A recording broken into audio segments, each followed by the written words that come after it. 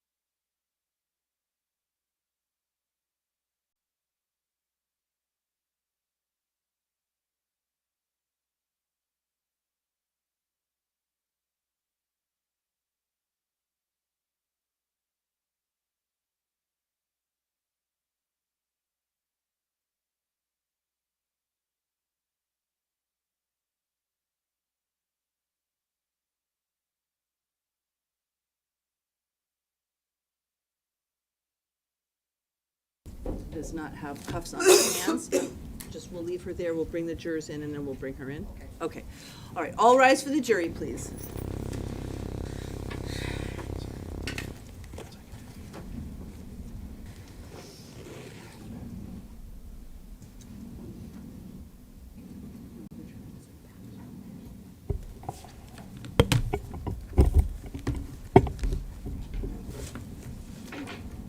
Oh, heck.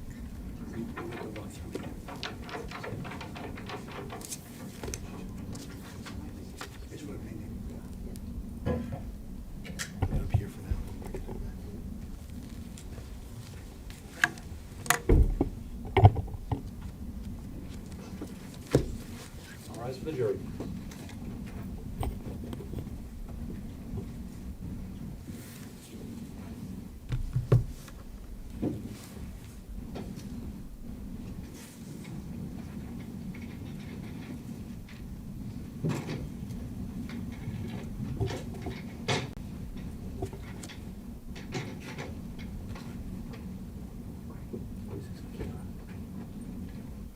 Please be seated. Good morning, ladies and gentlemen. Whenever the state is ready, you may call your next witness. Your Honor, the state calls Kayla Montgomery.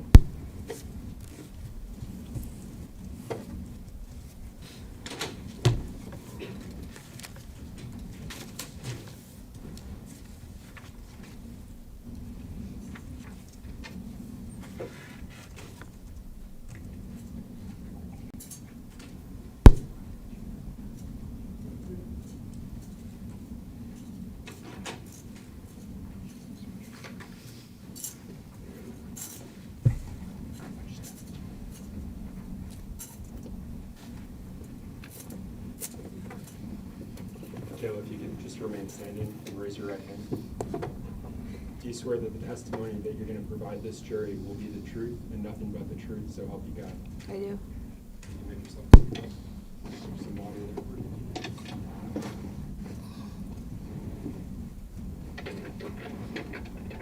Kayla, can you begin by stating and spelling your full name for the record?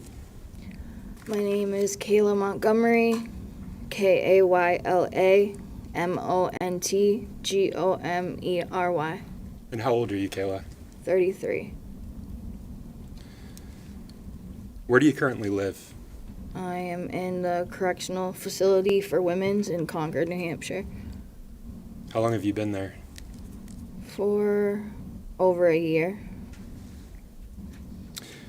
Kayla, why are you currently incarcerated? For perjury, for lying to the jury about the whereabouts of where I was and where Harmony was. And when you say lying to the jury, was that the grand jury? Yes. Did you also lie to the police? Yes. Why'd you do that? Because I was scared, and I was told by Adam to stick with that story, that I got dropped off at work at Dunkin' Donuts, where I no longer worked at that time, and to say that he was bringing Harmony to meet her mother, Crystal, and that he dropped her off with her. And then when he came to pick me up from work, which I was not working there at the time, he didn't have her in the car, which that was a lie. That story that you just told, that was what you told the grand jury? Yes. It's what you told the police? Yes. And was that in fact what happened? No. You said you've been sentenced for lying. Yes. You're living at the prison. Do you understand the consequences of providing false testimony? Yes. And since those lies, since your time in prison, have you sat down with investigators? Have you sat down with the Attorney General's office and provided additional statements? Yes. How many times? About 4 times. How many hours? a couple hours at a time when they've came to see me, or I've gone out to the office to meet with them. Did you reach a plea agreement with the state? Yes. And that was on the perjury charges. Yes. Other charges were dismissed, is that right? Yes.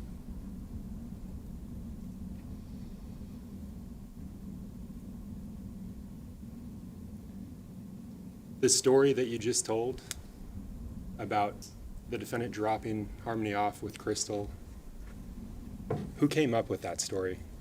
Adam.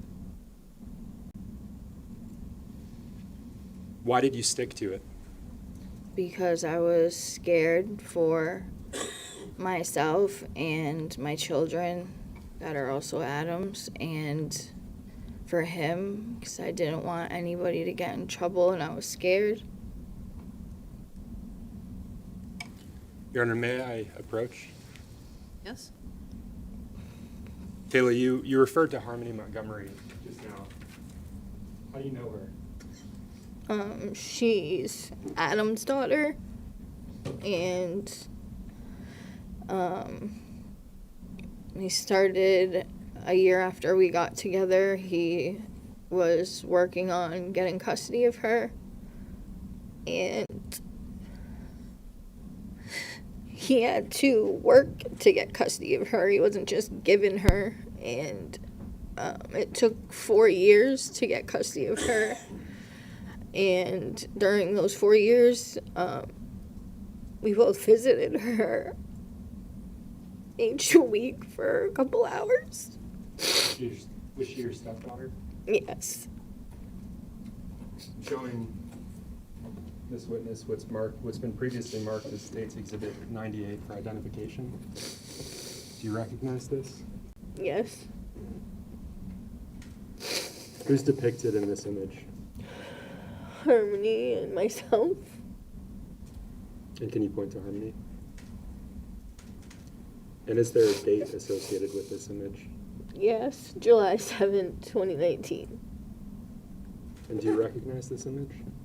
Yes. Is it a fair and accurate representation of Harmony on that day? Yes. Who's the other person depicted in that picture with Harmony? Myself. Is that a fair and accurate representation of you that day? Yeah, Do you know who took this photo? I did. Your Honor, at this point, I'd move to strike the ID and mark as full State's Exhibit 98 Any objection? No objection. and All right. publish. The ID is stricken, it's entered as a full exhibit, and it may be published to the jury.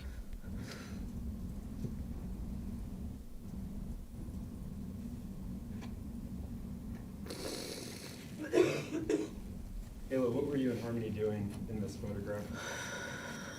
We were taking pictures and laughing, playing. We always did silly pictures. You mentioned getting custody of Harmony at some point. Do you remember when that was? It was the month of February of 2019. And where were you living when you got custody of Harmony? 77 Guilford Street in Manchester, New Hampshire. When you got custody of Harmony, was she potty trained? Yes. Was she potty trained after you got her or before you got her? Before. Did she have accidents when you first got her? No.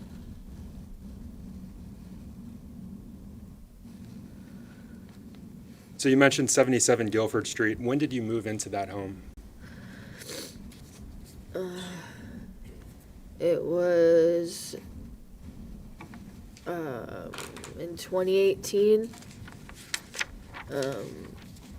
Probably around April or May. I think it was around that time. Whose home was it? Adam's grandmother's, Helen Montgomery. Did she live there with you at any point? Yes, when we were staying there in the beginning, she lived there.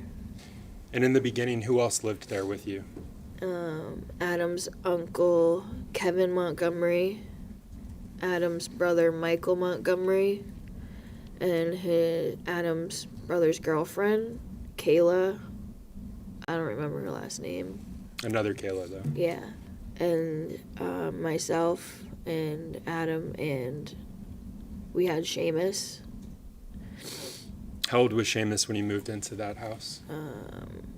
About to turn 1. Would you recognize that Guilford Street house if you saw it today? Yes. Yes?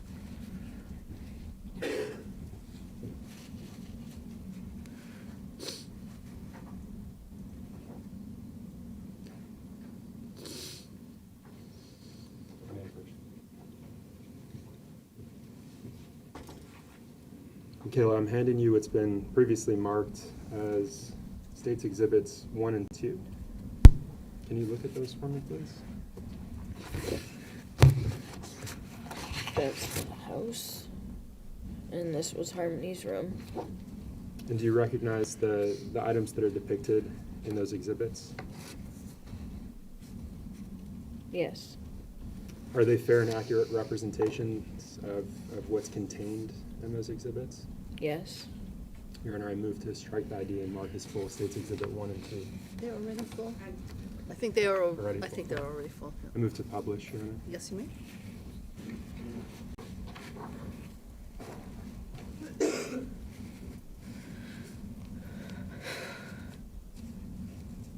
Kayla, States Exhibit 2, what can you tell us about this room?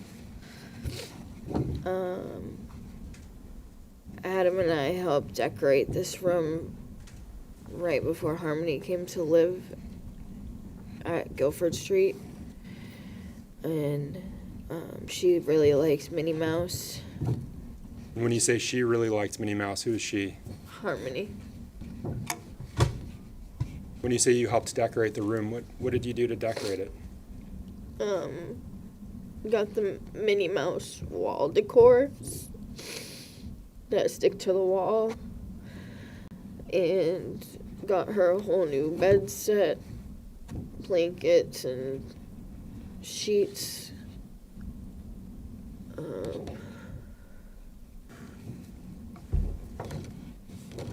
There's no bed in that photo, but was Harmony's bed in that room? Yes. Where would it have been located in relation to that image? Right next to the window.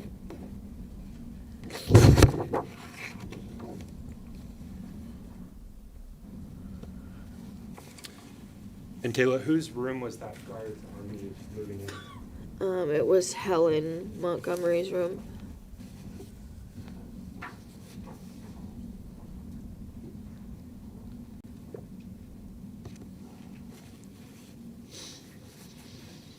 Kayla, I'm showing you it's been marked as States Exhibit 10 for identification. Do you recognize this? Yeah, it was Harmony's toothbrush. Is it a fair and accurate representation of Harmony's toothbrush? Yes. Your Honor, I move to strike the ID and mark as full States Exhibit 10. Any objection? Okay. The ID is stricken. It's entered as a full exhibit. It may be published.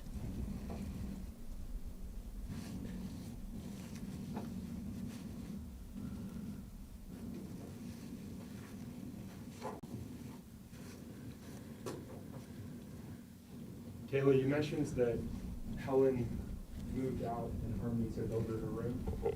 Yes, she moved out of the room, but she was still living at the house. Did she eventually leave the house? Yes. When was that? In May of 2019, Do you know where she went? Florida.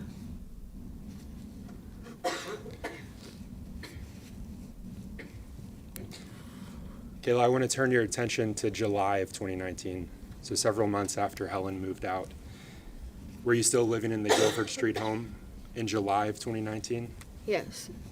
And who was living there with you at that point? It was myself and Adam and his uncle Kevin. And it was Seamus and our son Declan and Harmony. and his brother Michael and his girlfriend Kayla were still living there for a couple weeks until they moved out and went to Florida with her. You mentioned this earlier, but where were you working at that point in your life? I was working at Dunkin' Donuts. Were you eventually terminated from your work at Dunkin' Donuts? Yes, Why? because I was stealing money from the register. Did you admit to stealing money? Yes, Did you actually write a letter acknowledging that you had stolen? yes,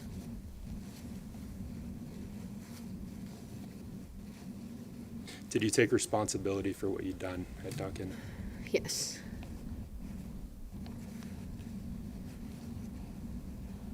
You mentioned that in July of 2019, Kevin Montgomery was still living in the Guilford Street home. Yes. Did he eventually leave for Florida after Helen?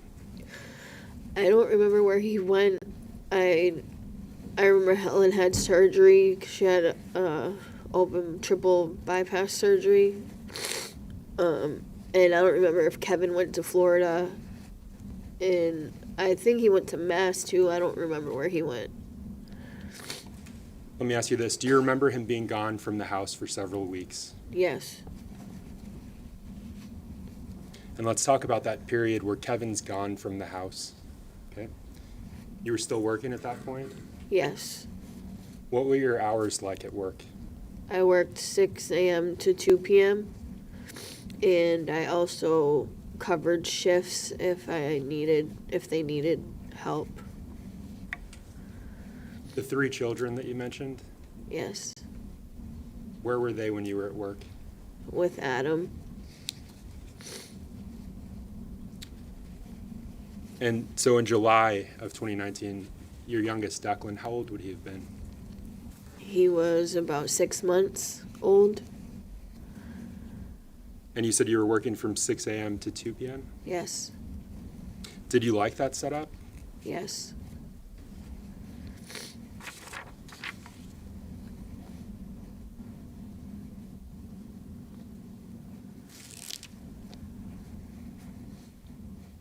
When you would get home from work at 2 p.m., what would you do? What would your day look like? I would come back home and help take care of the kids and feed them regularly, get them ready for bed later. We'd watch movies or they'd be playing. You mentioned Kevin Montgomery leaving for some period. Yes.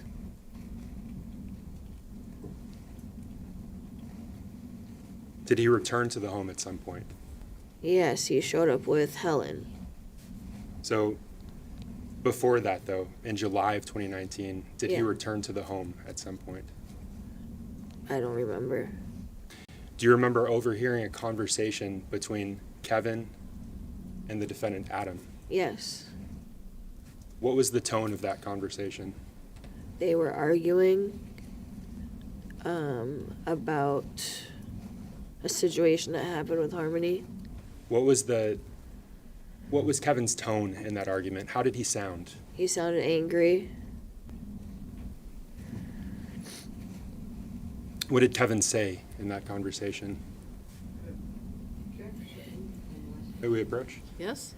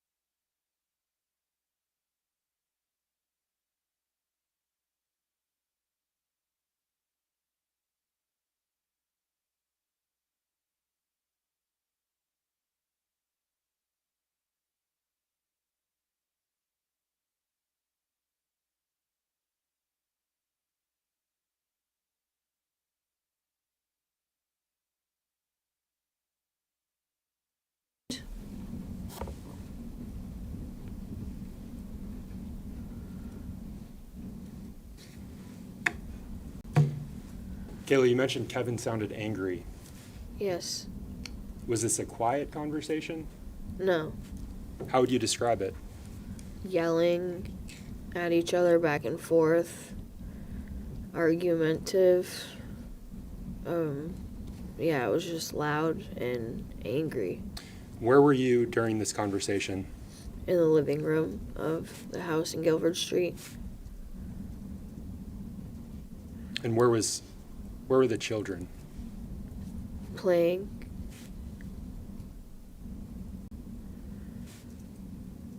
Did you understand what they were talking about? Yes. I know that they were arguing about a black eye that Harmony had. That I was told that, So the black eye that Harmony Yeah. had you seen that before that argument? yes, And tell this jury where you saw that black eye. on the First side. time you saw it. It was on the side of her face right here. It was really red. It didn't really turn black and blue until like the next day. So the first day you saw it, when it was red, really red, how did you see that? Where were you? I came home from work and I saw her face and it was red, and I was told that, And let me stop you there. You came home from work, yeah, so this would have been around 2 p.m.? yeah, Did you have an understanding of where Harmony had been that day? yes. And tell us where that was. She was at home at Guilford Street Who was she at home with? with Adam and Uncle Kevin and Seamus and Declan. And when you got home, when you saw this injury, the redness to Harmony's eye, did you ask the defendant what happened to her? Yes. What did he tell you? That her and Seamus were playing, and Seamus hit her in the face with the lightsaber by accident.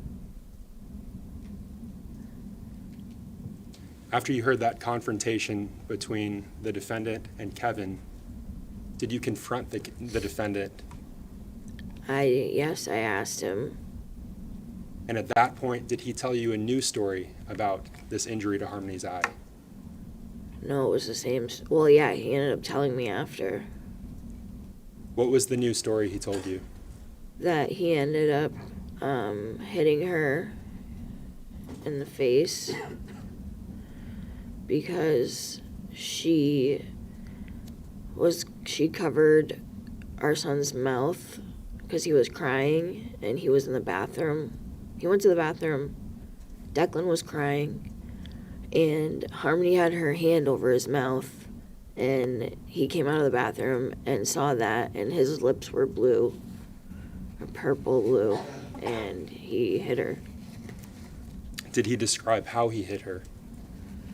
He smacked her in the face. Did he acknowledge causing that injury to her?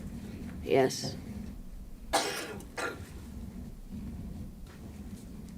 Do you know a Demetrius Soros with DCYF? Yes. Did he come to the house after that interaction between Kevin and the defendant? Yes. Did you know at the time what the purpose of his visit was? Yes. What was it? DCYF got called about the children not being taken care of, and that Adam was abusing his daughter. When Mr. Soros arrived at your home, what did the defendant do with Harmony? He left with her. He grabbed Harmony and left with her. He grabbed her and left? Yeah. Did you have a conversation with Demetrius that day? Yes. In that conversation, did you cover for the defendant? Yes. Why? Because I didn't want him to get in trouble.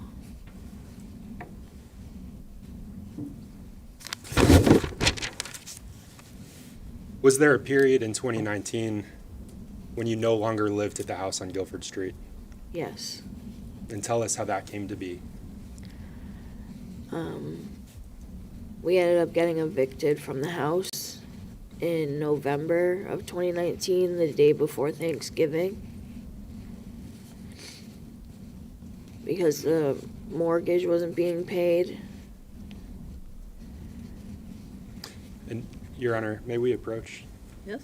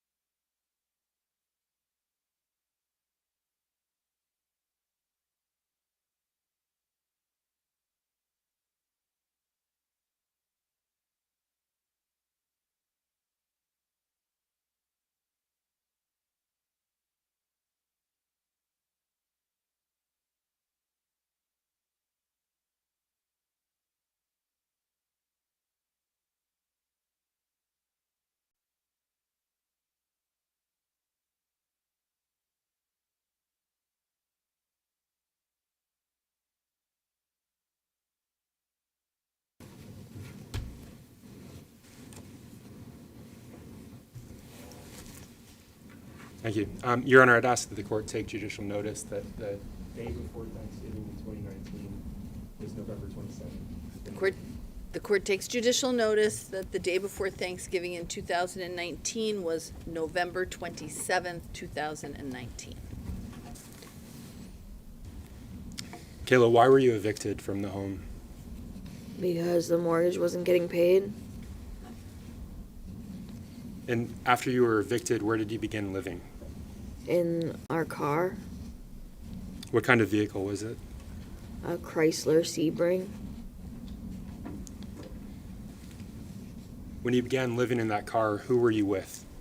It was myself and Adam, Harmony, and the two boys Where were you sleeping during that period? in the car Where would you keep the car? behind Colonial Village in Manchester. Why Colonial Village? Because that's where our friend lived, What was your friend's name? Anthony Bodero. Did you tell Mr. Badero that you were living there in that parking lot? He asked us not to, but yes.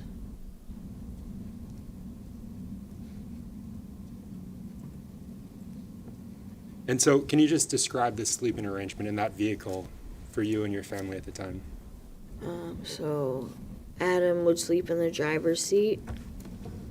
I slept in the passenger seat, and Harmony was behind the passenger seat, and the baby Declan was in the middle, and Seamus was behind the driver's seat. Kayla, I asked you earlier about whether Harmony was potty trained when you got custody of her. And I believe you said she was. Yes. Did that change at some point after the eviction? Yes. And tell the jury about that. What happened to Harmony? She wouldn't let us know when she had to use the bathroom, and so she was peeing in the car, just in her seat that she was sitting in, and she wouldn't tell us that she had to use the bathroom. Was she only peeing, or was she having other accidents at the time? She was also pooping. How frequently was this occurring for Harmony? A lot. Like, at least every day. And did those accidents, did they increase in frequency the longer you were in that car? Yes. How was the defendant responding when she had these accidents? Getting angry. Would he do anything physically to her when she had accidents? Yeah, he would smack her. And what does that mean that he would smack her? He would smack her in the face, or on her leg, or in her hand.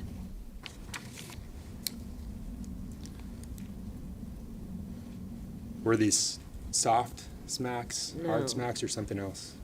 They were like hurt, stung smacks, What makes you say hurt, stung smacks? because she would cry during, like, whenever she got smacked by him, and I could hear it, and it sounds like it hurt. I'm sorry, you could hear the crying or you could hear the smack? Smack and the crying. When you say she was crying, who's she? Harmony. Those strikes, were they manifesting in any way on Harmony? Yes. How were they manifesting on her? The more accidents she had, the more he would get angry, and he would hit her repetitively.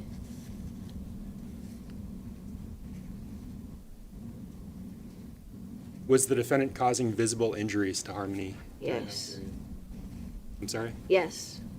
And tell us about those injuries. When he would hit her, she started getting black eyes and bruises on her face, on her legs. Yeah. Did you ever see her bleed as a result of being struck by him? No, I didn't see that. Did you ever see the defendant attempt to cover Harmony? Yes. And can you tell the jurors how he did that? He would cover her with a comforter that we had in the car Why would he cover her? so nobody could see her.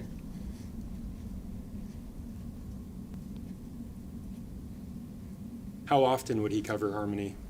All the time. Anytime that we had interference with anybody, no matter who it was. Was this only when you went out in public, or was it when you were still in that parking lot, or both? Both.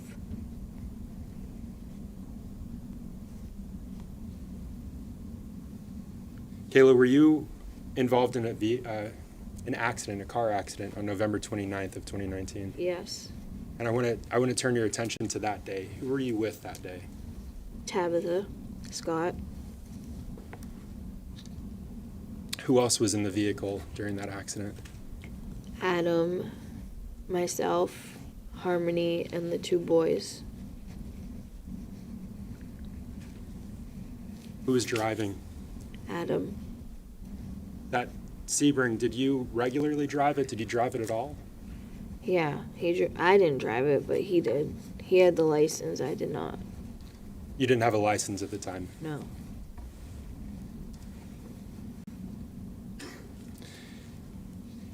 So you said that Adam was driving, the defendant was driving the vehicle. Where were you in position to the rest of the people in the vehicle? I was sitting with Harmony in the back seat behind the passenger side. And where was Harmony? Next to me and Declan. She was in between. And where was Seamus? In his car seat on the other side of Declan. Would that have been behind the driver's seat? Yes. You mentioned a Tabitha Scott. Yes. Who was she to you? She's been one of my friends for a long time. And she was in the car with you that day? Yes. Where was she seated? In the passenger seat.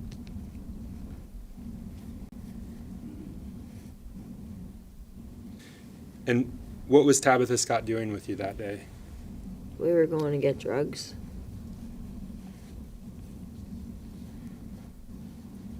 And can you just walk us through the accident, how it occurred? There was a stop sign, and it was a intersection. There was a stop sign. It was a four-way intersection, and there was a truck that went through their stop sign, and we already had stopped, so we were going, and ended up hitting that car, the truck. Did law enforcement respond to that accident? Yes. Did you see an officer? Yes. Were the officers able to see Harmony? No. Tell the jurors why not. Adam didn't want the officers to see her because she had black eyes, so she was covered with a blanket.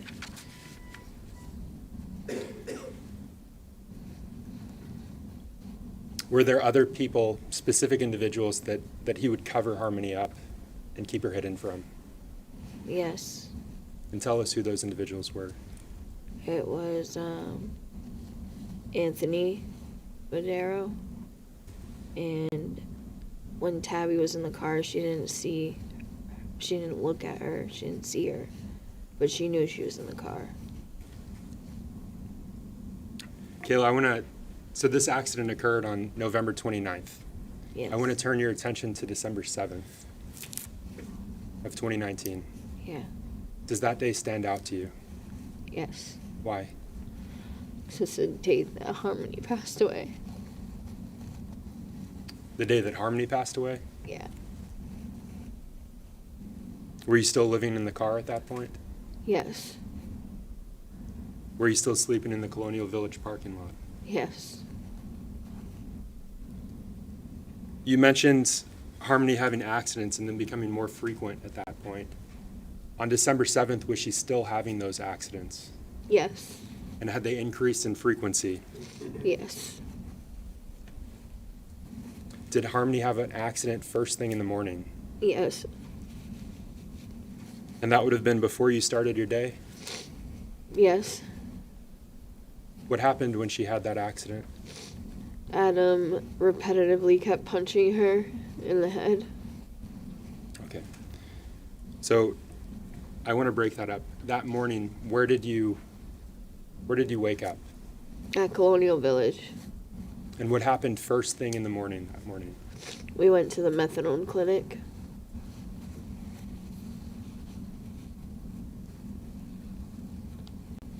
And before you left for the methadone clinic, did Harmony have an accident?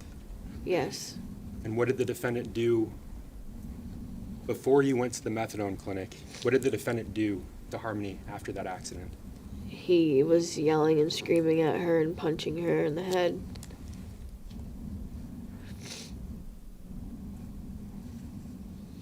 How did she react to that? She was crying. You mentioned the methadone clinic. Was that Habit Opco? Yes. And what did you do at the methadone clinic that morning? Got my dose of methadone, and Adam got his also. And do you remember who went in first? No, I don't remember who went first. Your Honor, may I approach? Yes?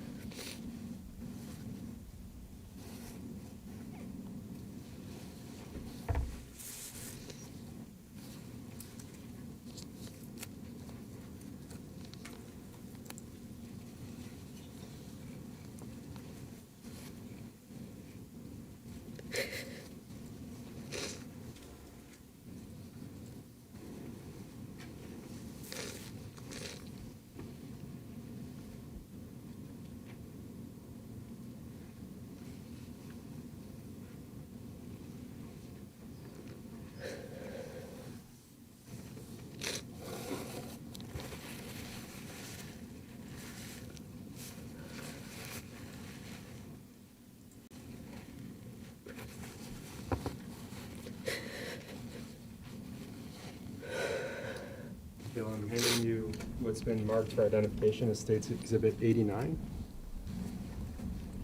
Okay. I'm just going to ask that you review the second page.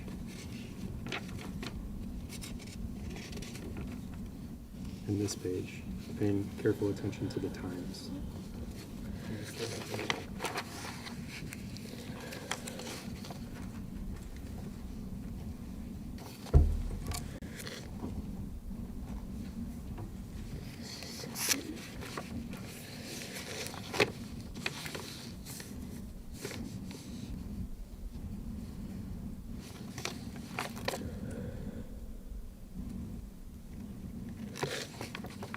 Okay.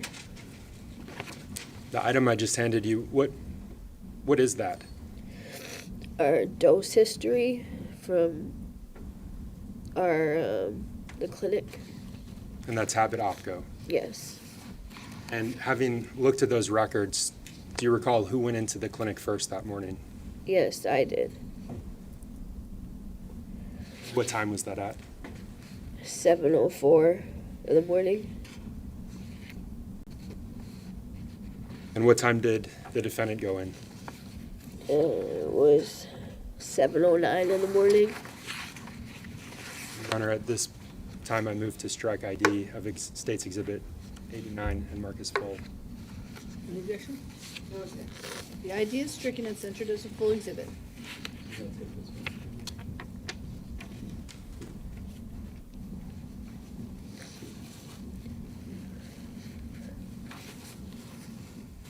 Kayla, can you tell the jurors what happened when Adam returned to the vehicle after his methadone treatment? When Adam came back to the vehicle, he could smell urine, and he started yelling at Harmony and kept hitting her in the head repetitively. Where were you when he smelt that accident? Where was the vehicle when he smelt that accident? In front of the methadone clinic. Did you discuss going somewhere with him at any point that morning? Going to get food? Yes. I asked to go to Burger King. You asked to go to Burger King. Yes. And so at some point, did he begin driving the vehicle? Yes. Was that before or after he repeatedly struck Harmony? After. What was Harmony doing at that point when he started driving the vehicle? She was crying a lot. She was crying a lot. Yeah. And she was making a weird noise. Was she saying anything? No. And Kayla, I want you to walk the jurors through in as much detail as you can what happened on your route from Habit Opco to that Burger King. Adam was getting really angry from Harmony peeing in the car, and he repetitively kept punching her on the way to Burger King, and there were a couple red lights, and when we were at red lights he would go over the driver's seat, like in between the passenger seat, and he was just punching her repetitively in the head. And you've said there were several times where he punched her repetitively in the head. Yes. How many times did he hit her? I can't count. I don't know. Were you counting? No, I wasn't. How many lights did that car come to where he repetitively struck her?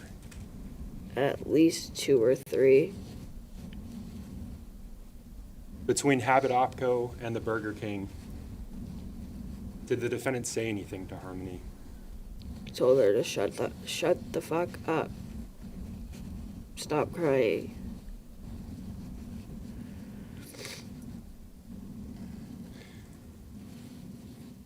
You said she was making a weird noise. Yes. Can you describe it? It was like, I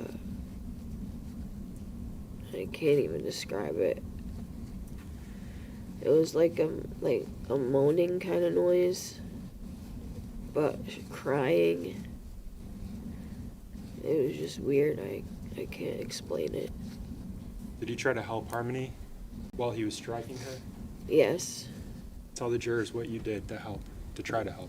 I put my arm up and said to stop, but he looked at me and he gave me this look that was like evil.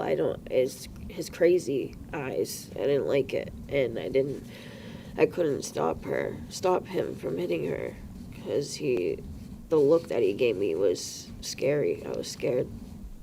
What were you feeling when he looked at you like that?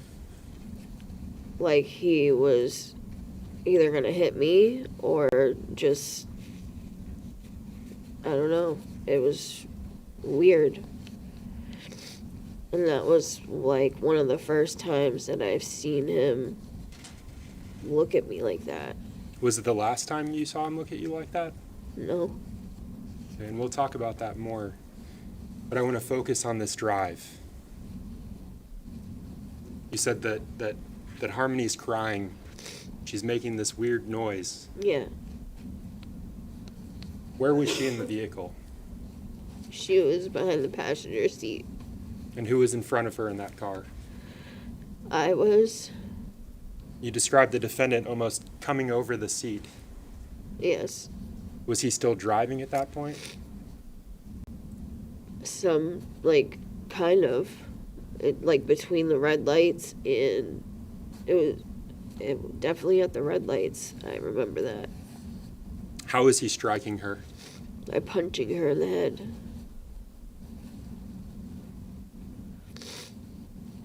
Where were your other two children at that time? In the back seat. And what were they doing? They had no idea what was going on. How old were they? Seamus was about 2.5, and Declan was 11 months old. Did you look back at Harmony at any point? No, Why not? because I was scared. What were you scared of? If Adam was going to say something, or if he hurt her really bad, it was going to look really bad. You were scared of what Harmony would look like?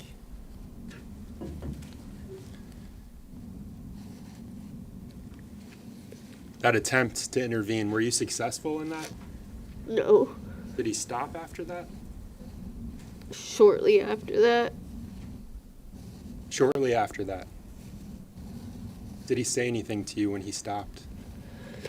he said he thinks that he really hurt her. And he felt something.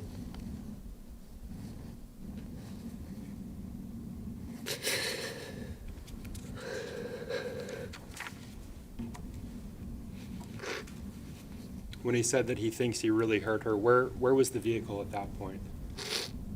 At Burger King? At the Burger King? Yes. And what did the defendant do after he stopped hitting Harmony, after he said, I think I really hurt her? Nothing.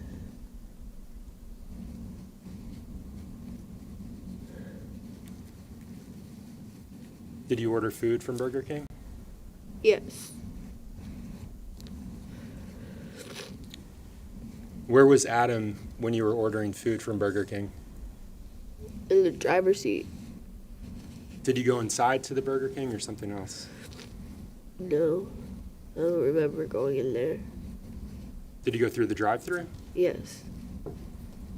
And so who ordered the food? Adam did. And what did you do with the food that he had ordered? Ate it, gave some to the kids. Where were you when you ate the food? In the parking lot Which parking lot? of Burger King. Now, the kids were behind you at that point. Yes. Is that what you testified to? Yes. And who gave them food? I did. Did you see Harmony when you were giving them food? No. Why not? Because she was under the blanket. Who put her under the blanket? Adam.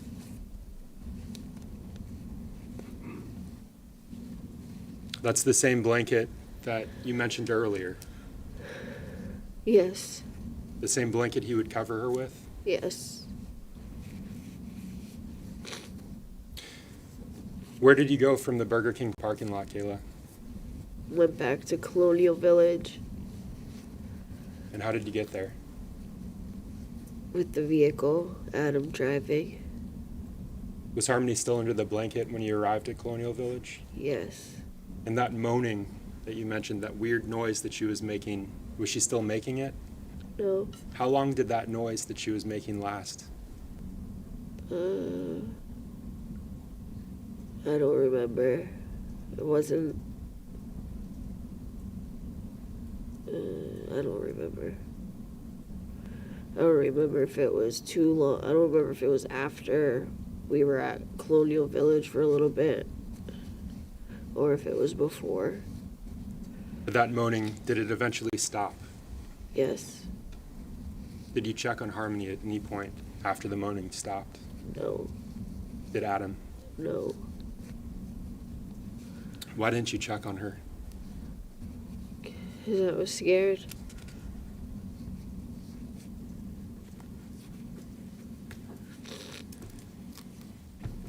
When you arrived at the Colonial Village parking lot, when you arrived back there, what did you and the defendant do?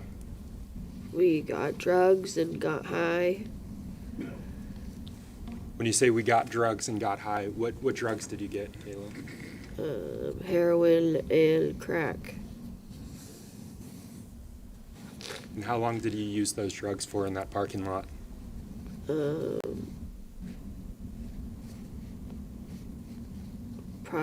We were there for probably 10 or 15 minutes.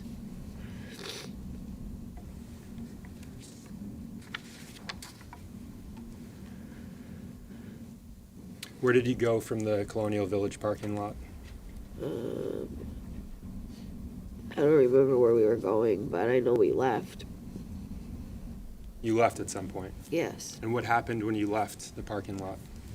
We made it to the next street over, going towards Elm Street, and the car died when we got to the traffic light, and it wouldn't start or anything, and so we were stuck without a vehicle. What was the defendant doing when the car died? He was trying to get a jump, and there was no jumping the vehicle, and so we ended up having to leave it. And when we were getting out of the car and getting the kids out of the car, Harmony had passed away. Let's talk about that. When you say Harmony had passed away, when did you realize that Harmony had passed away? When Adam was trying to wake her up and she didn't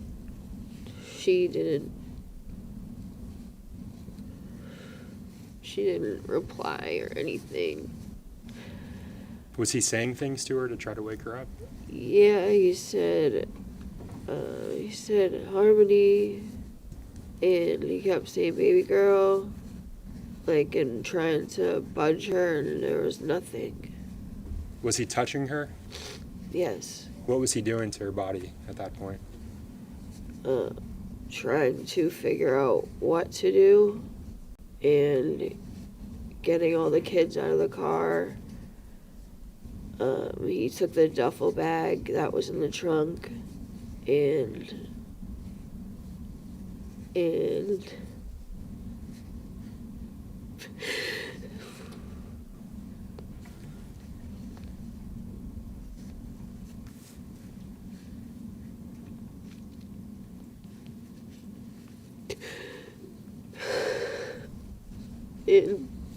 put her in the duffel bag.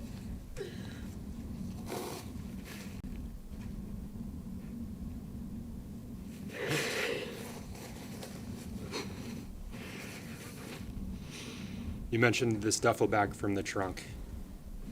Yeah. Had you seen that duffel bag before, Kayla? What was it used Yes. for? When we got kicked out of the house, we put clothes in there for everybody. And it was in the trunk of the car. Did you see him put Harmony in that duffel bag? Yes. How did he put her in there, Kayla?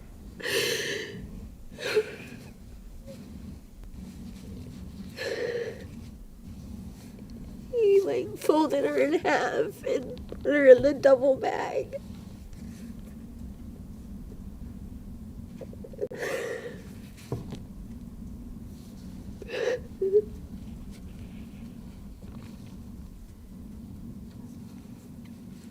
Did he call 911 at any point? No. Did you? No. And when you saw him put her in that duffel bag, did you attempt to get away, to run? No. Why not? They had the two other kids and I was scared. Scared of? That something would happen to me or Adam and the kids. You said you saw him put her in that duffel bag, fold her up and put her in there. Yes. What did her face look like when you saw her go into that bag? It was all black and blue and her face was puffy. Her eyes were puffy.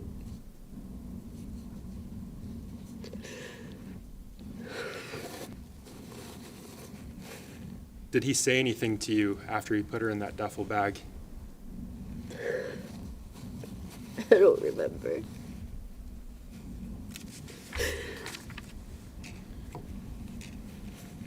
What did you do after he put her in the duffel bag? We took the kids and we walked back to Colonial Village. What did you do once you arrived at Colonial Village? Put the bag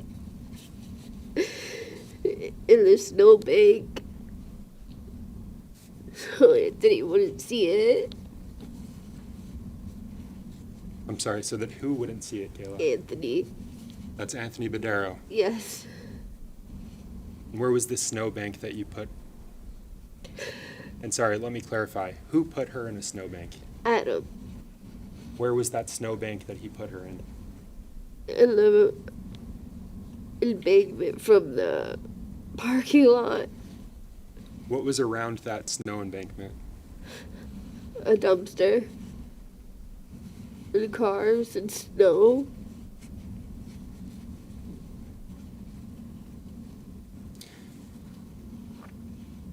And you said he put it in there so that Anthony Badero wouldn't see. Yeah. What did the defendant do after he put that duffel bag in the snowbank? Left her there. And we got a ride from Bodero to get the stuff out of our car. And where was your car at that point? It was at that street. We ended up leaving it, and when we came to the car, it was already getting towed. So Mr. Badero gave you a ride back to your vehicle? Yes. Were you able to get belongings out of the vehicle? Yes. And who did that? Who got those items out? Adam and myself.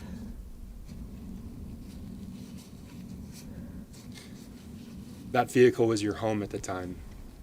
Yes. What did you do after that in terms of a shelter? Bodero let us sleep in his car for the weekend until I figured something out.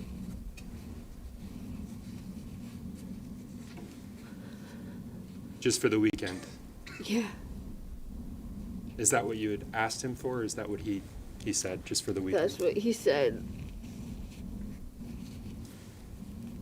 And what kind of vehicle did Mr. Badero have? An Audi.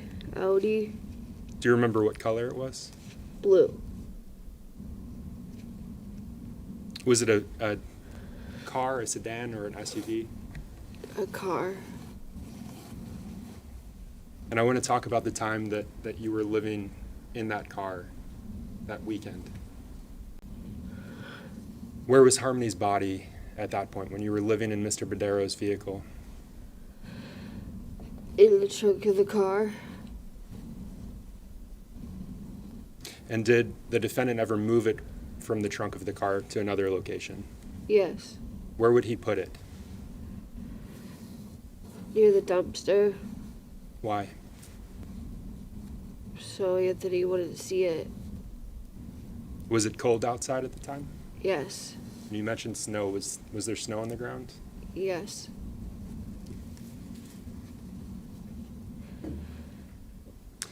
Did something happen to the vehicle that first night you were staying in Mr. Badero's car? Yes, the battery died. What did the defendant do when the battery died? Used somebody's phone and called Miss Frayne. Is that Kimberly Frayne? Yes. Are you aware of him communicating with any other people regarding the dead car? Not that I remember. At that time, did the defendant have a Facebook account? Yes. Do you know if he had a Facebook account? I don't remember. I don't remember. But you recall a call to Miss Frayne. Yes. And what happened after that call?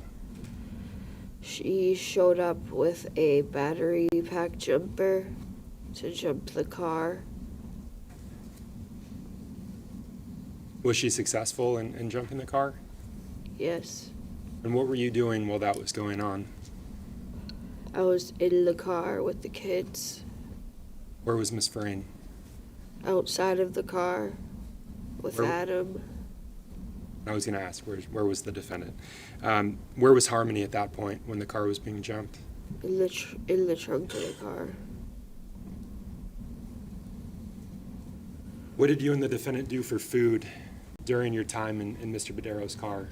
Bodero bought us pizza and brought it down to the car. You mentioned being there for 2 nights, Yes. and the first night the battery died. Yes. When was the pizza given to you? I think it was the next night. Because he did give us food. For a couple of dinners, he gave us food. We had the pizza and stuff like Could you repeat that, please? a couple of nights, we got pizza. And did you leave Mr. Badero's vehicle after that weekend? Yes. After those 2 nights you left? Yes. And can you tell the jurors where you went? I went to my aunt's house, And what's your aunt's name? Kimberly Simmons, Where did Miss Simmons live at the time? in Manchester. Was she on South Main Street? Yes. And how did you get to your aunt's home? Bodero dropped us off. Your Honor, may I approach? Yes.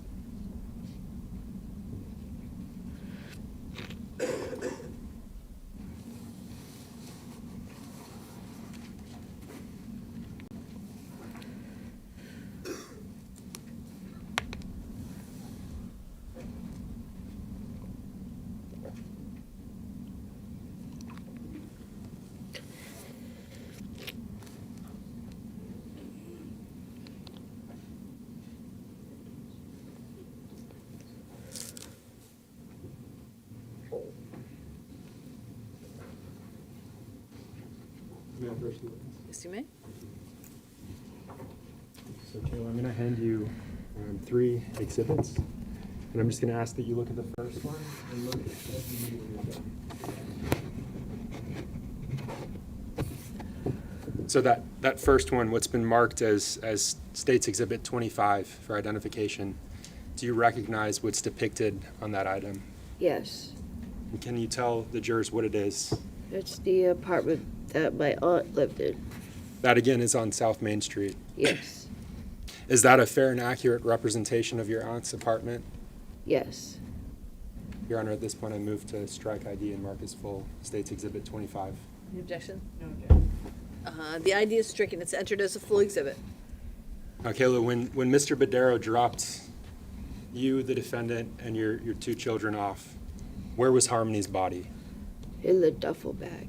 And who had that duffel bag? Adam.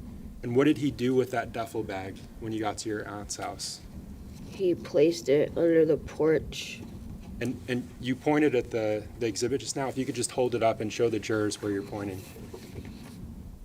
Right here.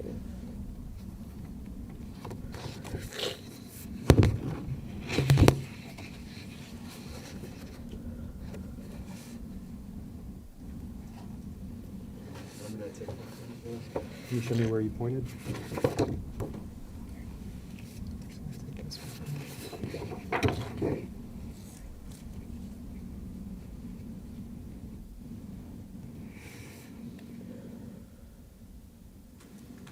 Kayla, if you can take a look at it, Exhibit 20, 26, and 27, what's been marked as ID for 26 and 27.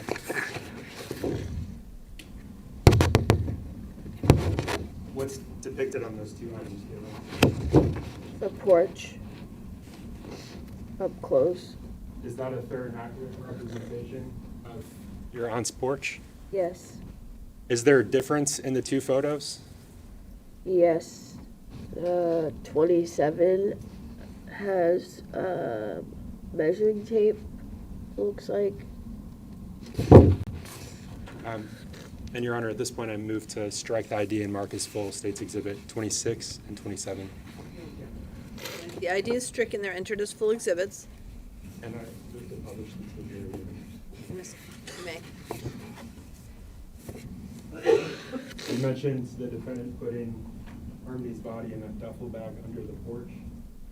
Your aunt's Yes. home? Yes. This is the porch that he put her under? Yes. Did you go into the home that day, into your aunt's home? Yes. How long were you there for, Kayla? A few hours, because we were trying to figure out where to go. What was the purpose of your trip to your aunt's home? To talk, so that she could talk to my mother, so that she'll let us stay at her place. What's your mother's name? Christina Lubin. So if I understand, you wanted your aunt to talk to your mother? Yeah. Did you end up seeing your mother that day? Yes. How did you come to see her that day? She came to pick us all up, myself, Adam, and the kids, the two boys, Where was Harmony at that point? in a duffel bag. And how did your mother pick you up? How did she arrive at your aunt's home? She came in her van. And what happened to that bag that Harmony was in when your mother came to pick you up? We put it in the van. And when you say we put it in the van, who put it in the van? Adam.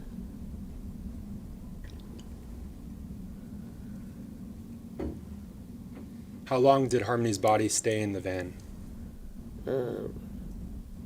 Probably about 5 to 10 minutes. Was it in there while you were traveling somewhere? Yes. Where were you going? To my mother's place. Did the defendant keep Harmony's body in the van? For the drive, yes. What did he do with Harmony's body when you arrived at your mother's home? He took it out of the van and put her on the side near the trash at first until he figured out where to put her. And what did he figure out in terms of where to put her? There was a cooler in the hall walkway that the residents used to get in and out of the building, and it was on my mom's floor level in the hallway. and he put the cooler in. He put the duffel bag in the cooler. And what was in the duffel bag at that point? Harmony.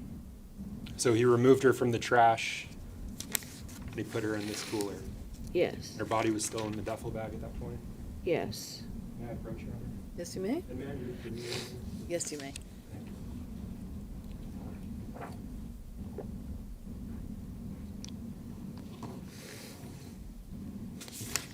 So I'm showing you what's been marked as State's Exhibit 28 for identification. Yes. Do you recognize that item? Yes. What is it?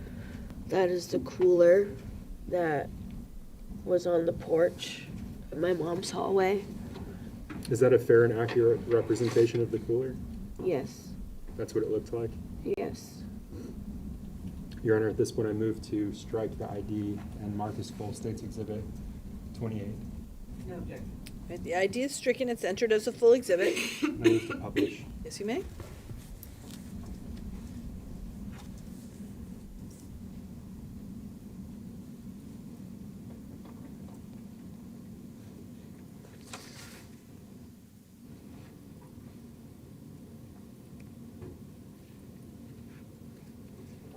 Kayla, how did Harmony's body fit into this cooler? Adam pushed it in the cooler so it would fit. Is that something you saw him do? Yes. Were there any noises when he did that? Not that I remember. How long was she stored in that cooler for?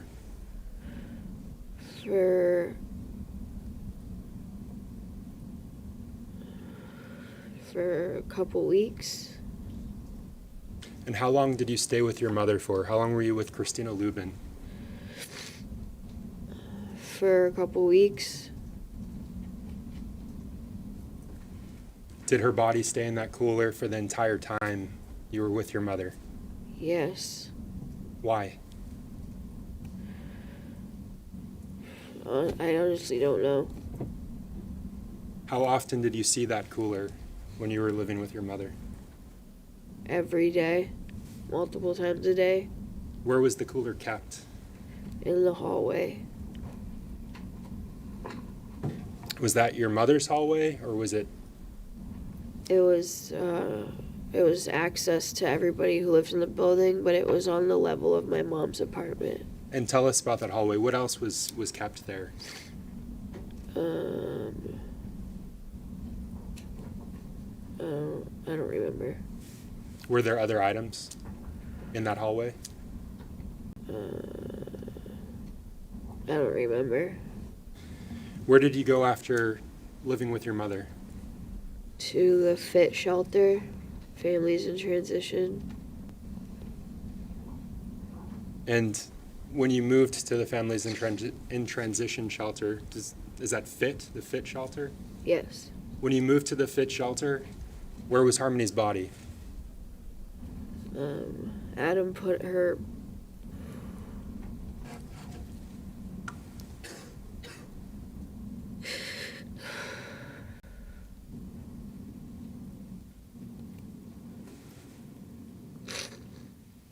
In the ceiling, in the vent of the room that we stayed in.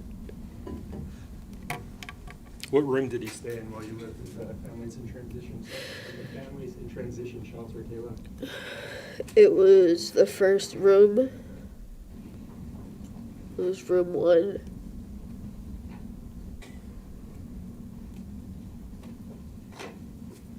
And how did he access the ceiling to store her in there? He used the bunk bed and climbed up in the ceiling. Was there something that allowed him to access the ceiling that was above that bunk bed? There was a vent. And who slept under that vent? The kids. Where did the defendant sleep? We all slept on the floor on the mattresses. So Kayla, I'm showing you what's been previously marked for identification of State's Exhibit 30. through 34. Can you please look at each of these items in turn and describe what's depicted in them? This is the outside of the family shelter. And that states Exhibit 30. And this is the door to room 1, and next to it is the second room. And that's Exhibit 30. And this is the room. I'm just gonna ask to move it a little away from the microphone. Thank you. And when you say this is the room, whose room was that? It was the room that we stayed in. And that setup, the way the room is set up, is that similar to how it was when you lived there? Yes. And that states Exhibit 32. Let's go to States Exhibit 33. What is depicted there? The vent above the bed. And what happened with that vent? Adam moved it so he could go in the ceiling. Now, did you ever touch that vent, Kayla? No. And States Exhibit 34? It's the vent. Are those fair and accurate representations? Is that consistent with your memory of what those items looked like? Yes. Your Honor, at this point, I move to strike the ID and mark as full States Exhibit 30 through 34. Any objection? Only through 30. Okay. All right, the ID is stricken. Those are entered as full exhibits and may be published to the jury. And so, Kayla, I'm holding up what's been marked, or what's been admitted in States Exhibit 30. What is this item? What is depicted here? The outside of the family shelter. How long did you live at this hotel for?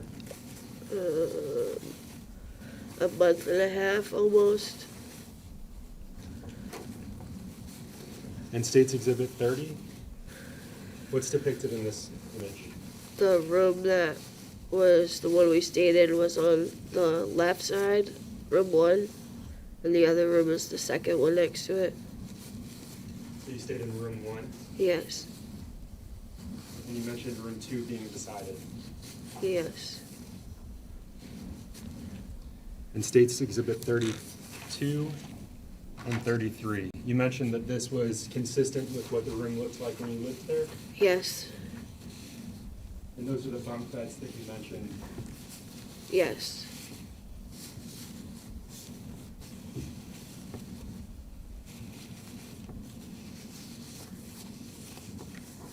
And you said you could see the vent that was used in these images? Yes. And can you remind the jury what's in States Exhibit 34? That's the vent that he climbed up to and put Harmony in the ceiling. When you say he climbed up to put Harmony in the ceiling, who is he? Adam.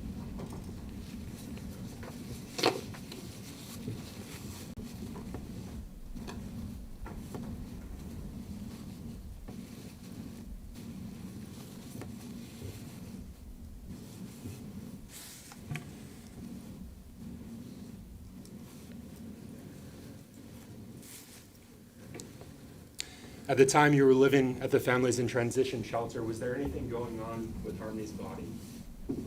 Was she having any changes? Or was her body having any changes? Yes. And I want you to tell the jurors what those changes were. You could smell a horrible smell that was coming through the vents.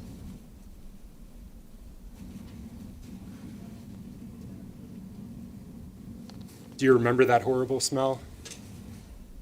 Yes.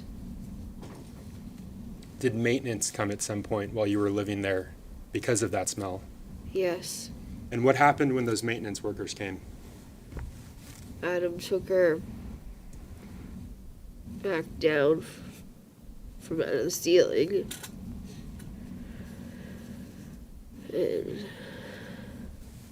brought the bag in the bathroom. And what happened when Adam brought Harmony down from the ceiling?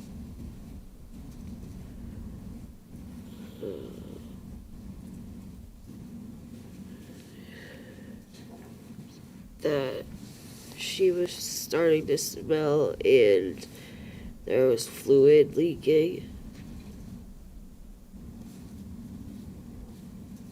So you smelt her, and did you see the fluid? No, I didn't see it. How do you know about the fluid that was leaking? Adam said that. What did he say? He said that there was blood up in the ceiling and fluid. And so what did he do with that duffel bag containing Harmony after he removed her from the ceiling because of maintenance? He put her in a trash bag.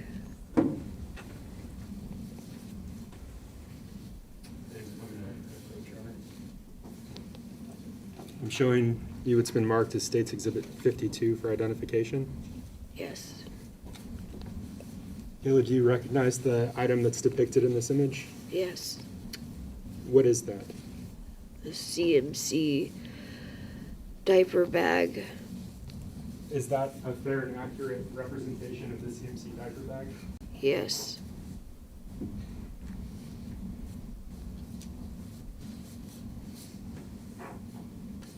And how about State's Exhibit 53? Yes. Is that a fair and accurate representation Yes. of the item that's depicted? Yes. And what is that item? It's the bag that Adam put Harmony in. So you mentioned garbage bags that he put her in. Yes. What did he put those garbage bags into, if anything? He put the garbage bags inside that bag. So, Your Honor, at this point, I move to strike ID, strike what's been marked as ID and mark as full States Exhibit 52 and 53. An objection?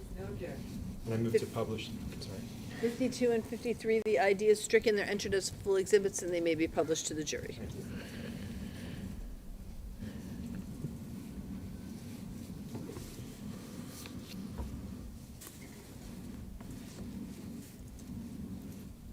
Kayla, how did Harmony's body fit into this bag?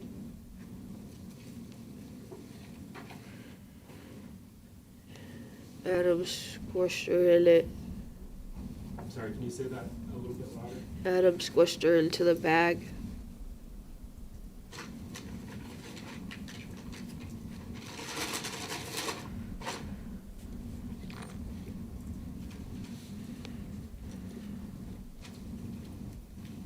Kayla, I'm showing you it's been marked for identification as States Exhibit 85.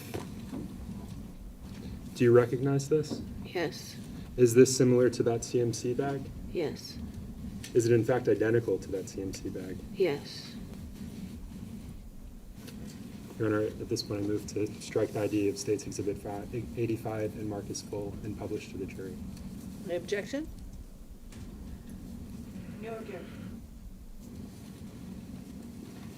The ID is stricken. It's entered as full exhibit. So the defendant put Harmony into garbage bags and he squished her into a bag like this one? Yes. And this again was at the Families in Transition shelter. Yes. Where did he do that to her? In the bathroom of the room that we stayed in. Were you in the bathroom with him when he did that? No. Did you hear anything when he was doing that to her in the bathroom? I heard a loud bang. Could you see what was going on in there? No. You mentioned the defendant stuffing Harmony into the duffel bag Yes. at that intersection in the car guide. Yes. And then you mentioned him squishing her into this bag. Yes. Did she fill that bag, that CMC bag that you just saw? Yes. Her body filled that bag? Yes.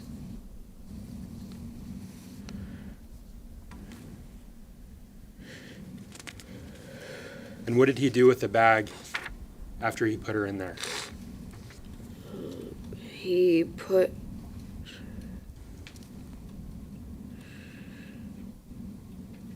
her back in the ceiling.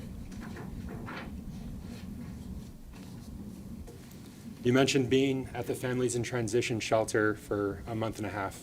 Yes. During that time, did the defendant begin discussing disposing of Harmony, getting rid of her body? No. At some point, did he begin discussing disposing of Harmony, getting rid of her body? Yes. And what was his plan? What was his idea for getting rid of her? To use lime.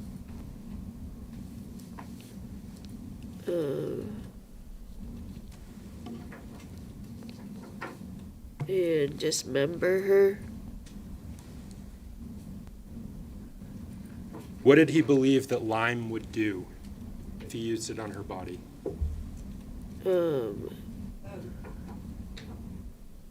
Speculation unless it's fixed. Did The objection is sustained. You can rephrase the question, please. did the defendant tell you what he believed lime would do if he used it on Harmony's body? Yes. What did he tell you? That it will help decay her body.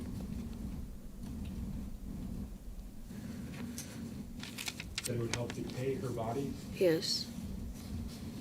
Did he tell you what he believed dismembering her would do? No. But he told you that that was his plan? Yes.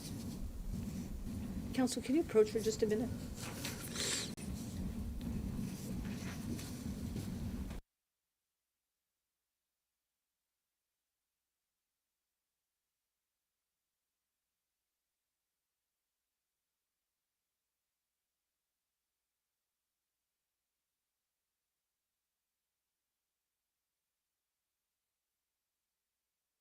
As I had said to you, we will take a mid-morning break. I think this is a good time to do that. I'm going to ask the witness for the moment, please remain on the stand. Ladies and gentlemen, I remind you, don't discuss the evidence that you've heard, this case with each other or with anybody else. Don't do any independent research. Don't look up anything on your phones. Make sure you're avoiding any headlines. And we will take a 15-minute break, so we'll come back and start testimony again in about 5 of. Okay? All rise for the jurors, please. Am I sitting or am I standing?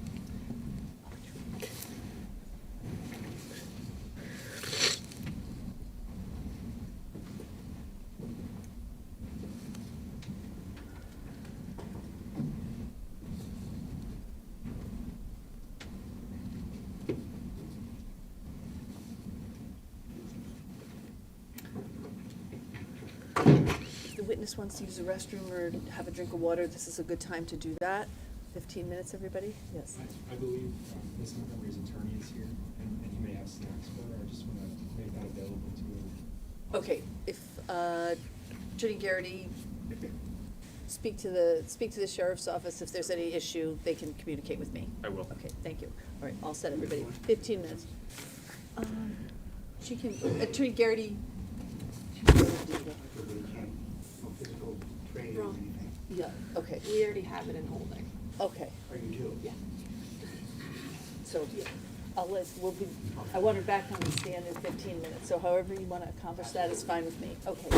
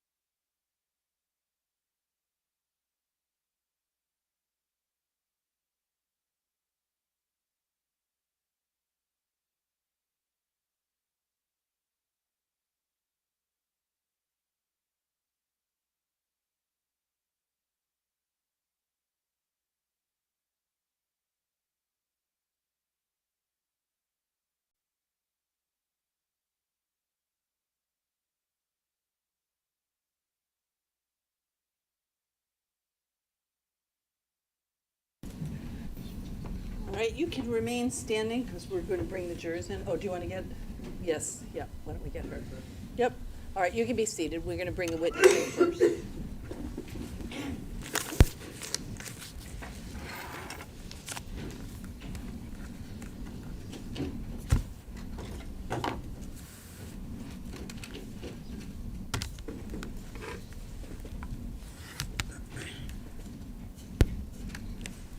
Just be careful of the wires, please.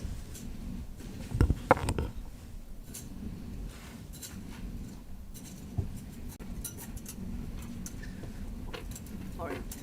All rise for the jurors, please.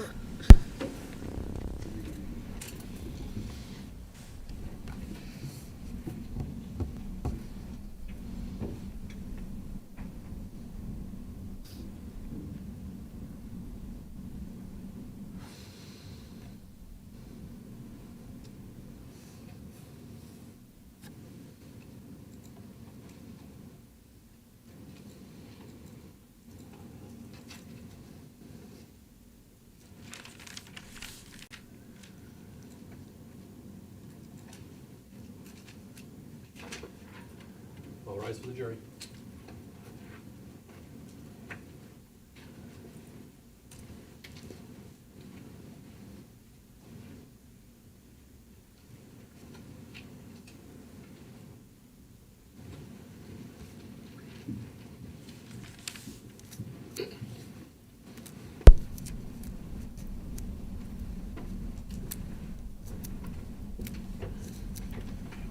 You may be seated. Turn your nose whenever you're ready.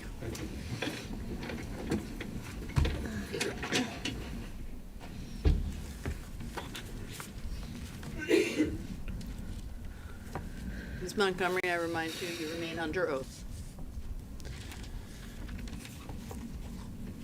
Kayla, before, excuse me.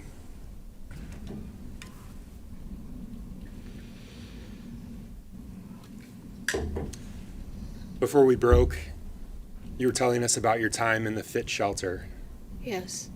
And you mentioned the defendant taking Harmony's body out of that ceiling. She was still in the duffel bag. Yes. Brought her into the bathroom, is that right? Yes. And you said when he was in there, you couldn't see what was going on, but you heard a bang. Yeah. What was he doing to her? Trying to fit her in that bag.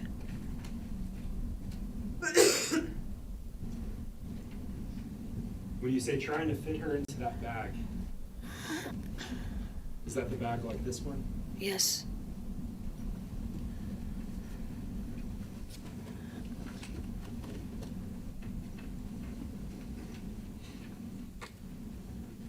And you heard a bang while he was doing that. Yes. Did you hear any other noises? No. How long was he in the fit shelter bathroom trying to fit her into this bag? About a couple hours. You mentioned him putting her in garbage bags and then squishing her into a bag like that one. Yes.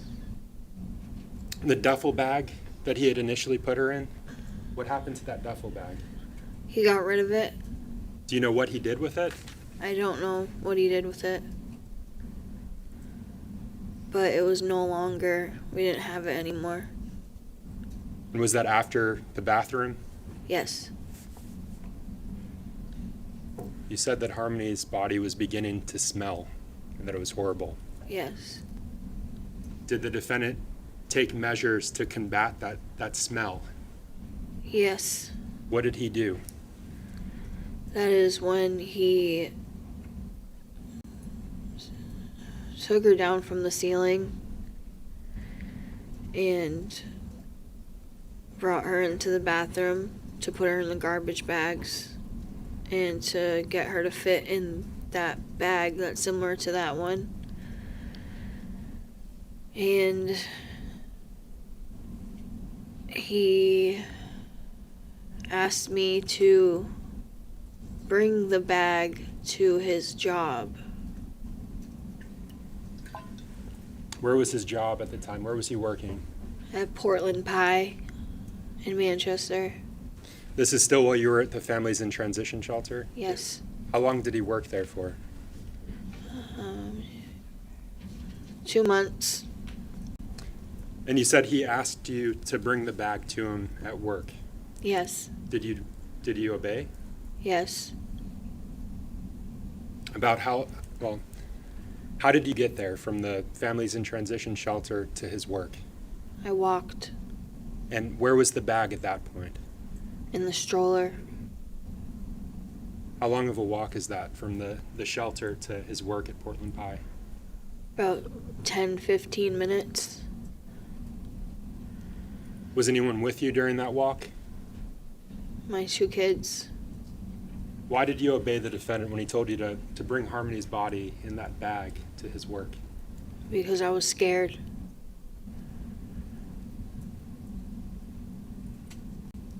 Are you aware of what he did with her body once you brought it to him? Yes. What did he do with it? He put it, Objection, source. Sustained. If you would rephrase the Your question. Honor. You said you're aware of what he did with her body at his work at the Portland Pie Pizza Company. How are you aware of what he did with it, Kayla? because he told me that he put her in the freezer. Was that the only time, to your knowledge, that he put her in the freezer, or were there more times where he brought her and put her in the freezer? That was my only time.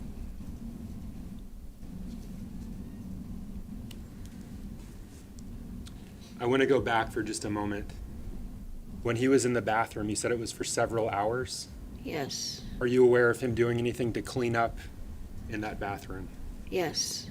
Can you tell the jurors what he did to clean up? He used ammonia to clean up anything that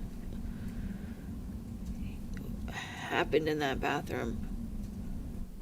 How do you know he used ammonia to clean up anything that happened in that bathroom? Because he specifically bought it.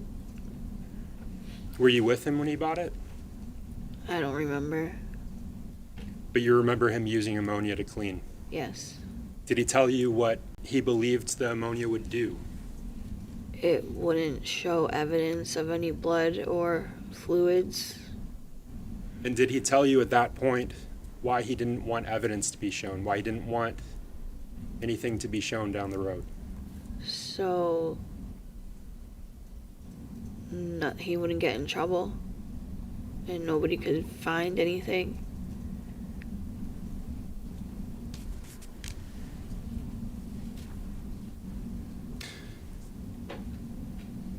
Why did he put Harmony in the freezer at the Portland Pie Pizza Company?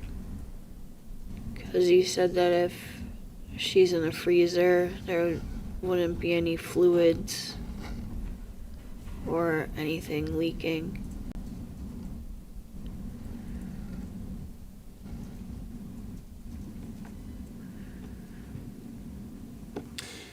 At some point around that time, did you get tax returns, your tax refunds? Yes.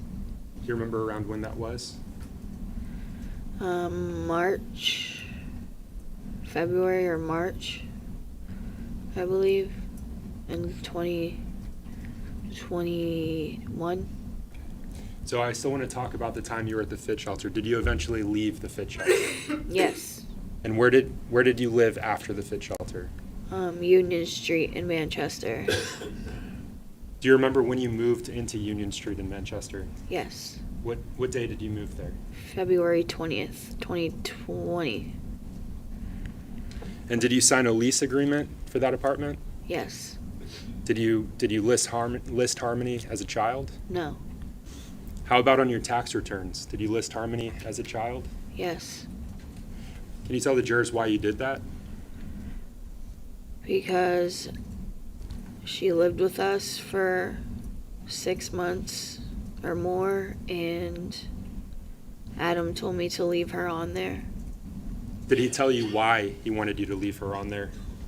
so that it wouldn't seem, it would just show that we still had her living with us.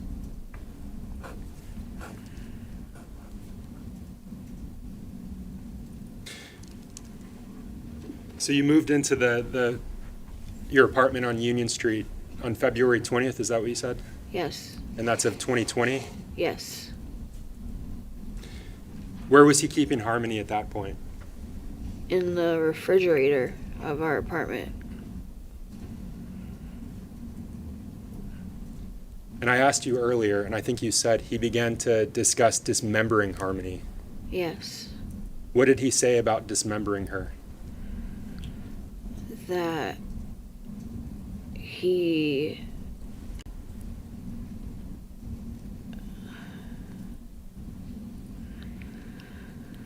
he just wanted to put her in, he would put her in pieces to get rid of her. And was that at the Union Street apartment? Yes. That's where that discussion occurred? Yes. Did he ever discuss using tools on Harmony with you? Using tools on her body? He said that he was going to try and use a saw. He wanted to use a hand saw or a NutriBullet. And I want to unpack that.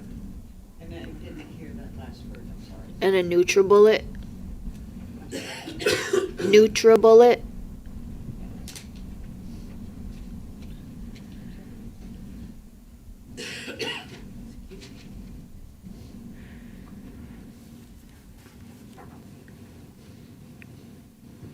Kayla, I'm showing you it's been marked as State's Exhibit 63 for identification. Yes. Do you recognize the item that's depicted in this exhibit? Yes. Can you tell the jurors what it is? It's a hand saw. It's a handsaw? Yeah. Do you recognize this handsaw? Yes. When the defendant discussed dismembering Harmony, using tools on her, Yes. is this a saw that he discussed doing that with? Yes. Is this an accurate representation of that saw as you remember it? Yes. Your Honor, I move to strike ID, mark as full, State's Exhibit 63, and publish to the jurors. No objection. The ID is stricken. It's entered as a full exhibit. So this is the saw that he discussed using to dismember Harmony's body? Yes. That discussion again occurred at the Union Street apartment? Yes.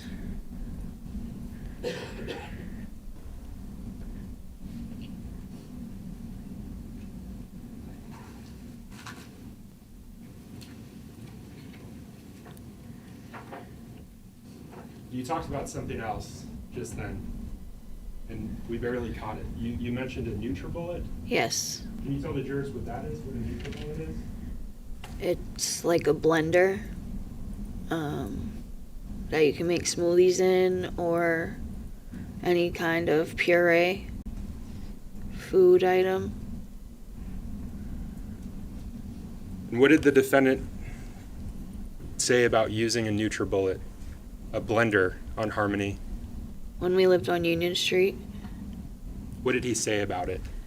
he said that it would be good to use. It would help get rid of her. It helped get rid of Harmony. Yes. Earlier you mentioned the defendant talking about lying, the idea that what was his idea? What was his purpose of using lime? That it would help her body decay. That's what he told you? Yes. Kayla, I'm showing you it's been marked for identification as State's Exhibit 62. Do you recognize this item? Yes.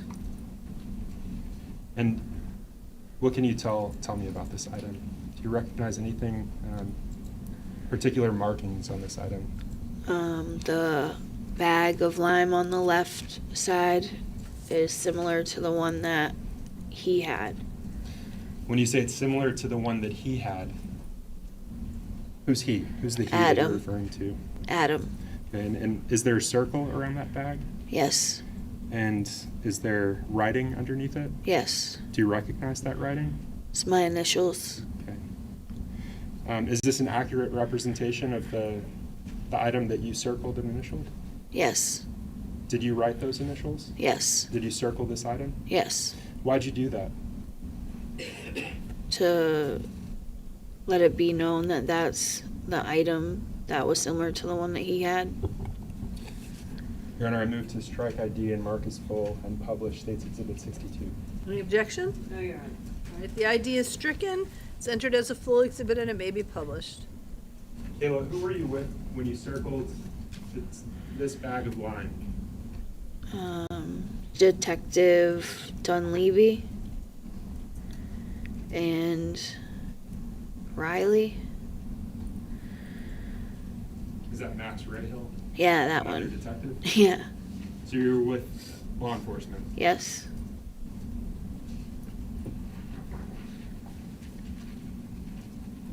And they asked you if you could identify. Had you seen? I'm sorry, objection Leading. sustained. Had you seen a bag of lime in your Union Street apartment? Yes. Where was that bag of lime located in your Union Street apartment? In the bathroom. Do you know how that bag of lime got there? No. Did you buy that bag of lime? No.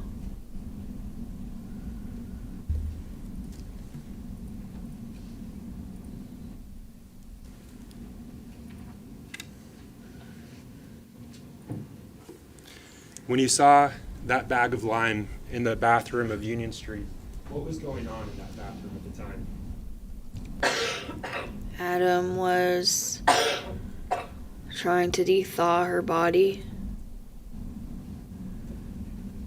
When you say Adam was trying to de-thaw her body, what was he doing specifically? Taking the clothes off of her.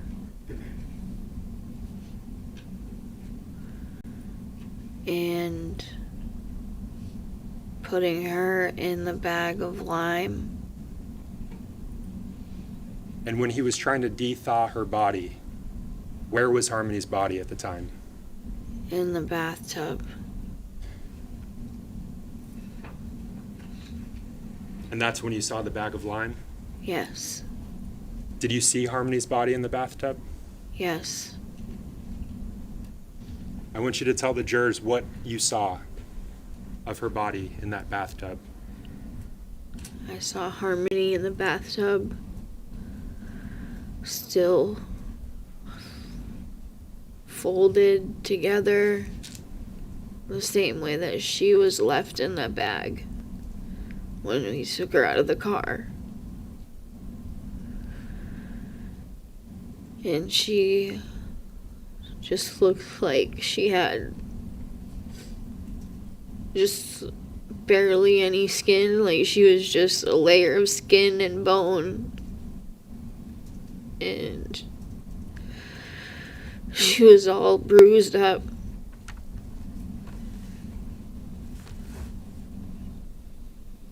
And what was the defendant doing to de-thaw her? He had the hot water running from the shower. And where was the hot water running in the shower? In the bathroom. Where was the hot water running in relation to Harmony's body? Union Street apartment. Harmony's body, where was it in the Union Street apartment? In the tub.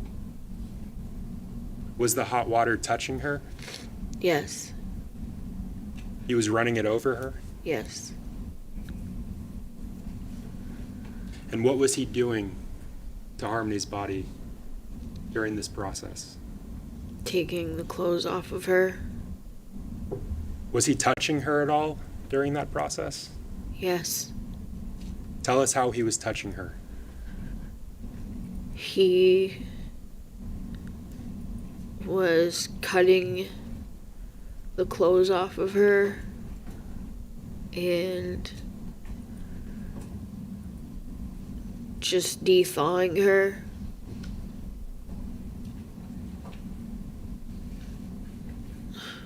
Did he tell you to help him at some point? Yes.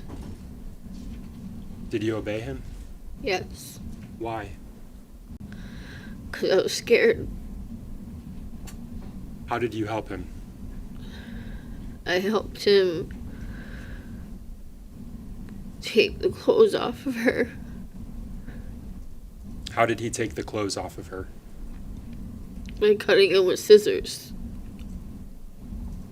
What did he do with her body after he cut the clothes off of her? Put her in the bag of lime. You mentioned these clothes. What clothes was she wearing when he put her into that tub? She had a hoodie on. And she had her leggings on.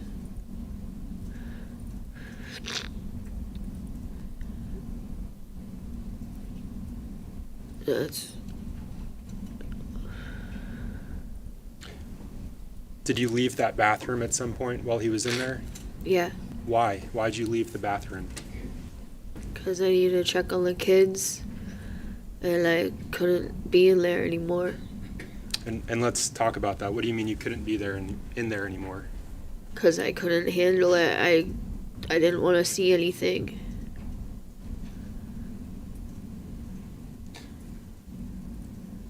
How long was he in the bathroom for that day? A few hours. And that was with Harmony's body? Yes. At some point, did he close the door to the bathroom? Yes. Were you able to hear what he was doing in there? No. Were you able to... Why weren't you able to hear what he was doing in there? Because our neighbor next door always had loud music playing, and I couldn't tell what noises were happening. You mentioned a shower being on earlier. Yes. Did that shower stay on after you left the bathroom? It was on when I left the bathroom, yes. And did it stay on? Did he leave it on? Yes. Did he take breaks from what he was doing in the bathroom at any point? No. Did he leave the bathroom at any point? No. How many bags did you see in the bathroom with him? 3. And what was happening with each of those bags? He had lime in the bags. So one of the bags was a bag of lime. Yes. Was it a large bag or a small bag?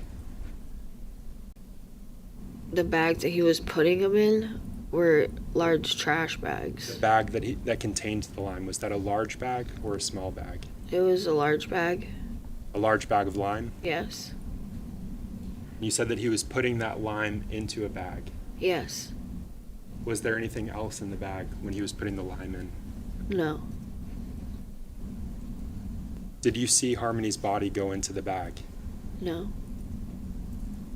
What happened to Harmony's body after it was in the bathtub? It was in the CMC bag. What did he do with the CMC bag? Put Harmony in it. What did he do with the lime that was in the bathroom? It was in the big trash bags. The lime was in the big trash bags? Well, I know he put the lime in trash bags, but I didn't see that bag after. Which bag did you not see after The that? lime bag. Did he also add lime to the CMC bag? Yes. Was he talking to you during this process? No.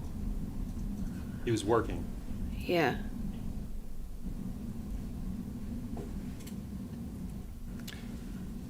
At any point, did you see him remove Harmony's body from the bathtub? No. You mentioned earlier that he put Harmony's body back into the CMC bag. Yes. How do you know that he did that? Because he put the bag back in the freezer after. You mentioned garbage bags. Yes. What was he doing with the garbage bags in that bathroom? He had the big garbage bags put in the CMC bag and had the lime in the bag. And that clothing that you mentioned, he used scissors to cut off her clothing. Yes. What happened to her clothing? What happened to Harmony's clothes? It was put in a trash bag. Was anything else put into that trash bag with her, or with the clothes? Not that the duffel bag. So you saw the duffel bag again after the fit shelter. Yes. And that trash bag that the duffel bag went into, that the clothes went into, what happened to that trash bag? I don't know. Did the defendant tell you what he planned to do with that trash bag? Throw them away. Did he tell you specifically where he was going to throw it away? He just said he wasn't gonna leave them in our trash area. He was gonna bring them somewhere. Did he say why he wasn't going to leave them in your trash? So that there's no evidence.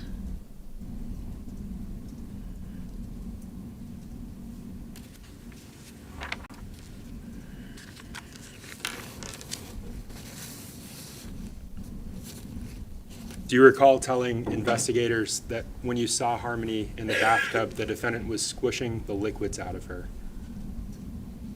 No. You mentioned earlier the defendant talked about dismembering Harmony. Yes. Did he do that in the bathroom? I don't know. That conversation about dismembering Harmony, conversation about using the tools, how close in time was that to the steps, the actions that the defendant took in the bathroom? Well, I know that the conversation with the tool happened when I lived with my mother. Okay. We were staying at my mother's house. And by the time that he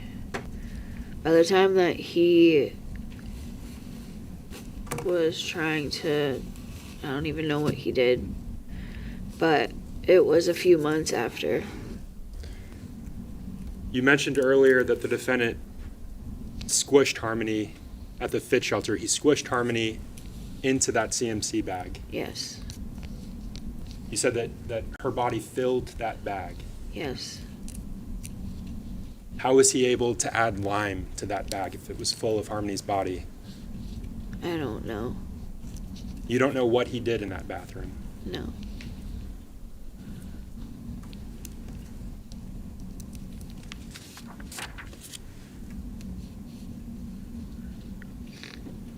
And I believe you said this already, but what did he do with the bag, the CMC bag, after he was done in the bathroom?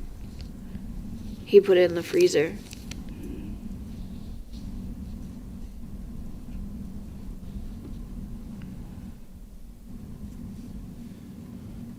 Did the defendant ultimately dispose of what remained of Harmony's body? I don't know. Did he get rid of her body Not then. at some point? Yes. And so I want to turn your attention to that. At some point, did he have a conversation with you about getting rid of that CMC bag, of getting rid of Harmony's body? Yes. And can you tell the jurors what that conversation involved, what he said? He said that that he wanted to get rid of her body soon because he was scared that if anything ever happened, he was scared of what would happen to him and me and the kids. And what steps did the defendant take to get rid of that CMC bag that had Harmony's body in it? He got in touch with an old friend of his, Do you remember that old friend's name? Travis Beach.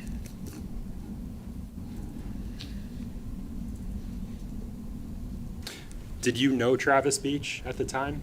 No, Had you met him before? no. Do you know how the defendant got in touch with Travis Beach?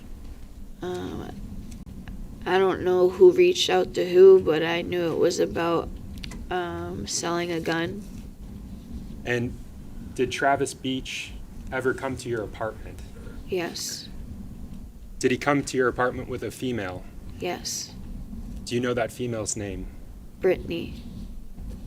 And is that Brittany Bedard? Yes. Your Honor, may we refer? Yes?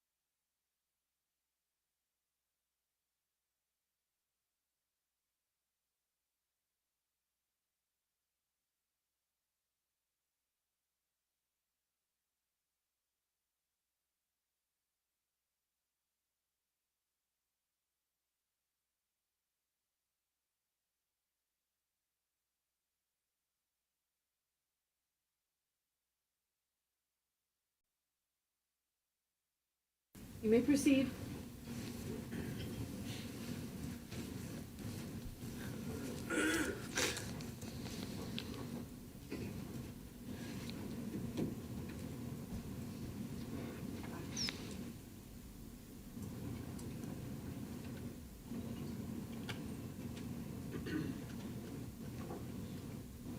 Ms. Montgomery,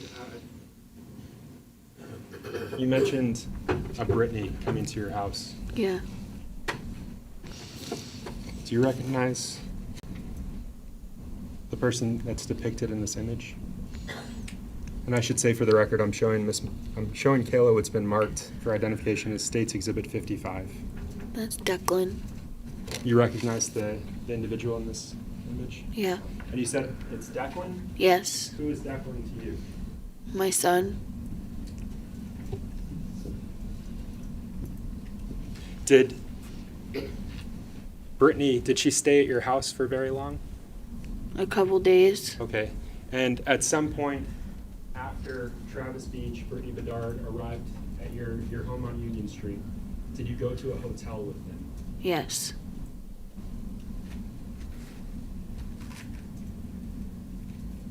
At some point after they came to your house that day, when you went to that hotel with them, did you become aware of a U-Haul? Yes. And what was the purpose of this U-Haul? So that Adam can use it to dispose of Harmony's body. Do you remember the name of the hotel that you stayed at? The Econolodge. And you mentioned not having an ID, not having a license. Whose name was that Econolodge room under? Brittany. Did they stay at the Econolodge with you? Yes. And were they in the same room as you, or a separate room, or something else? Separate room.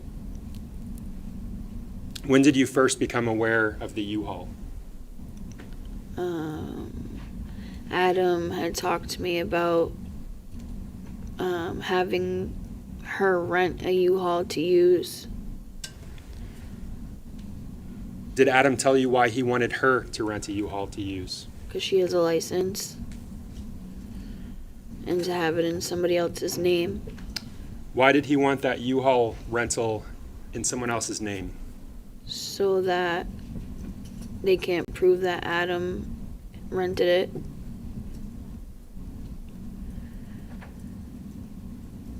Did you see the U-Haul rental at any point?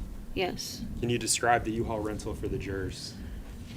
The rental, the U-Haul was a van, like a van that like people that do painting would use. So it was a rental van. Yes. And I want to back up for just a moment. You said you were at the Econo Lodge Hotel. Was Harmony's body with you in that hotel? Yes. Where was that body? Where was Harmony being stored? In the fridge.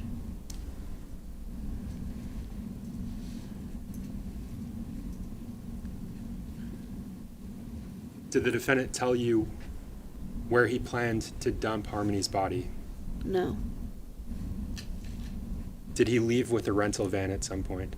Yes. Did he leave with the CMC bag at the same time? Yes. When did he leave? It was in the middle of the night.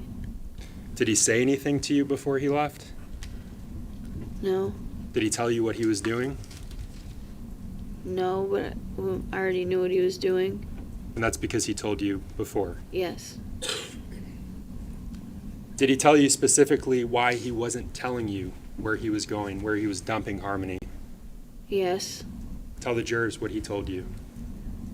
He said he wasn't telling me where he was bringing her so that if anything like this happened and the cops got involved, that I wouldn't be able to tell. I wouldn't know where she is, so I couldn't tell anybody where she is. Only he would know. Kayla, where is Harmony's body? I don't know. Kayla, where did he dump Harmony? I don't know. Did he return to the hotel room? Yes. And when did he return? It was like right before the sun came out Did he say anything to you when he returned? that he got rid of her. That CMC bag, the one that he squished Harmony into, Yes. was it still with him? No.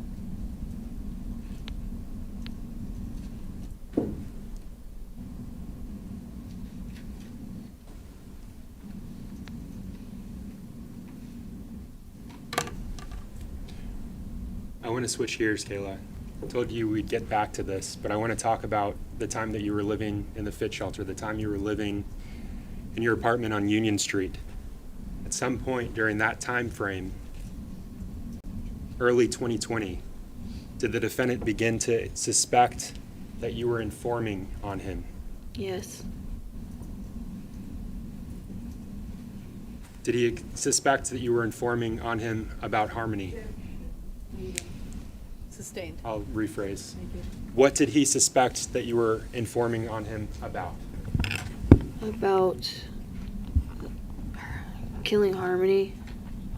And what did he do because of those suspicions? He started abusing me. I want to unpack that abuse. Can you tell the jurors what he did to you? When he would accuse me of talking to police or detectives, he would ask me if I was telling, and I would say no. And he would say just to tell him the truth, and I wouldn't agree, saying that I did. And then because he would end up hitting me, and I finally said that I did, even though I didn't, but he still hurt me anyway. You said that he ended up hitting you. He would still hurt me anyway. Yes, How did he hurt you, Kayla? by punching me Where did he punch you? in the head. What did he punch you with, Kayla? His hands, Open hand, closed fist, something else? both. How often did this happen to you? How often did he do this? Constantly. It just kept happening. What was it like living with him back then, Kayla? It was definitely not good.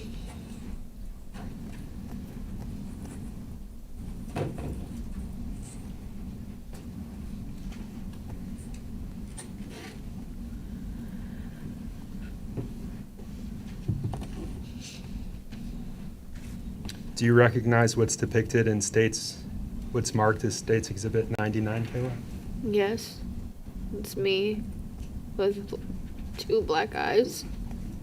Is that a fair and accurate representation of you on that day? Yes.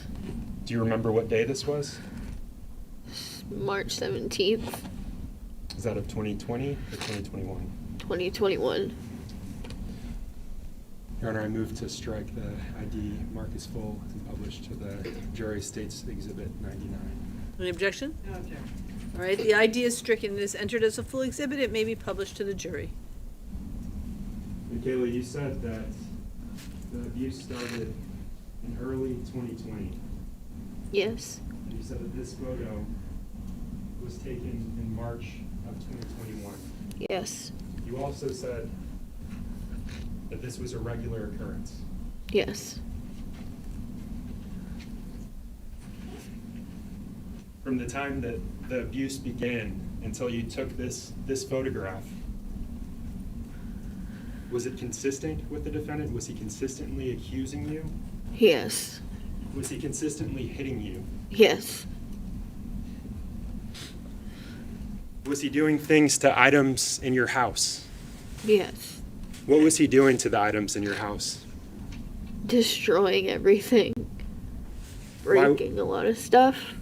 Why was he breaking things, Kayla? Because he thought that there was microphones in the house. And I was telling on him. And thought there was cameras. You said that he would hit you, that he would hurt you. Did he also threaten you? Yes. Tell the jurors what he said would happen to you. He said that he would be able to contact his family member, his Uncle Kevin, and have him kill me and cut me in pieces, and nobody would be able to find me. Did he say why that would happen? Why he would have that done? If I ended up telling on him Telling on him about what? about Harmony being murdered.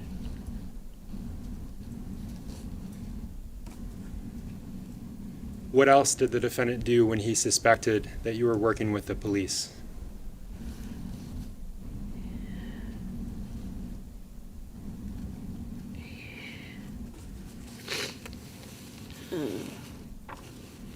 He was very abusive.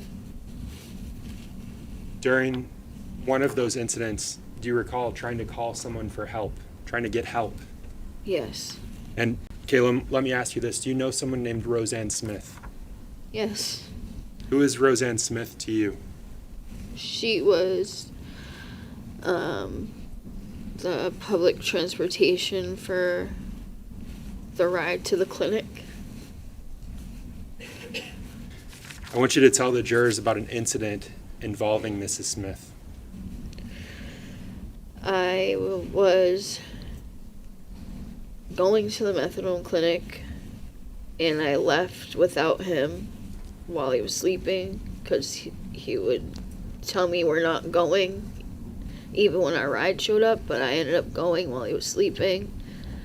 And I was getting dropped off, and I had a black eye, and Rose saw my black eye, and I asked her if I could use her phone to call somebody so I could call my mom or somebody to help me.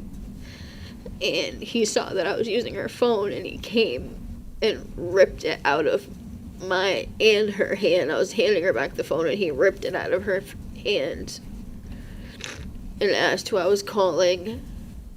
And he was being very aggressive.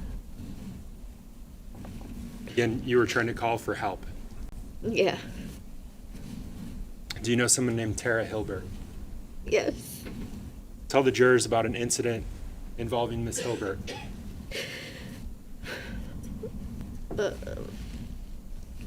Adam would tell me that I couldn't leave the house, and I ended up leaving and running out of the house, and I had my daughter in my arms, and I ran to Tara's apartment, which was right next door, and asked her if she could call my mom. And then Adam came out and followed me and put me in a chokehold and said to tell her to not call my mom, to don't make that phone call or else he's gonna hurt me. Kayla, why couldn't you leave the house? Because he thought that I was trying to tell on him. And let me ask you this, Kayla. When you left the house, were your two small sons still in the house with him? Yes. Why did you only take your daughter? Because she was in my arms. I was already feeding her and I just ran. I just ran out and to find help and I could go back and get the kids. The image that I showed you, you described having bruising, black eyes. Yeah. Does that day stand out to you, Kayla? Yes. Why does it stand out to you? Because that's the day that I took the kids and left. Are you still married to the defendant? Yes. When did you get married to him? On Harmony's birthday in 2017. Do you remember that day, Harmony's birthday? Yes. What day was it? It was June 7th.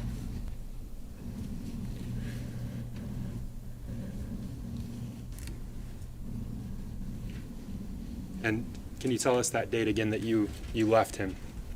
It was March 17th, 2021.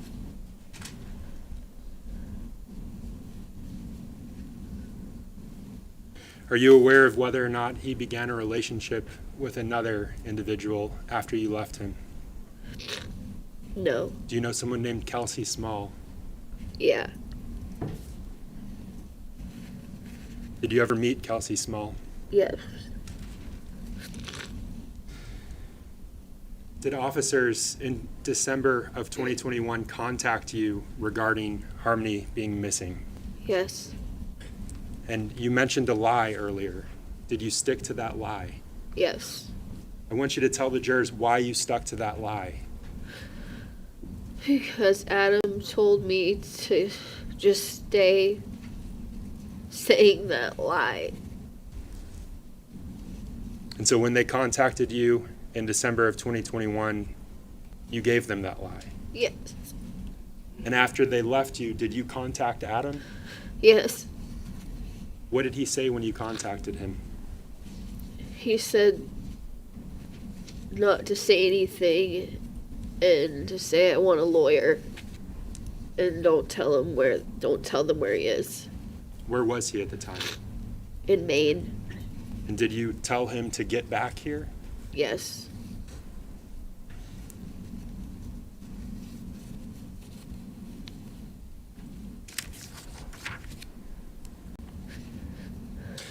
Kayla, do you remember where you were on December 30th, 2021? I was at the family shelter.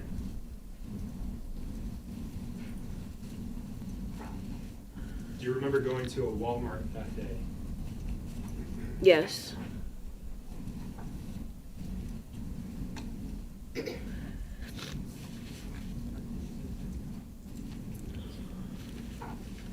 And Kayla, I'm showing you what's been marked as State's Exhibit 65 for identification.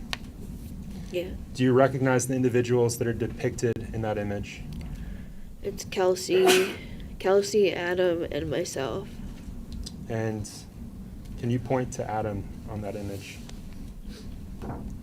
Is this a fair and accurate representation of you, Kelsey, and Adam at the Walmart on December 30th of 2021? Yes. Your Honor, I move to strike ID and mark as full State's Exhibit 65. Any objection? No objection. The ID is stricken, it's entered as a full exhibit, it may be published to the jury. And you said, you pointed here? Is Yes. that's Adam? Yes.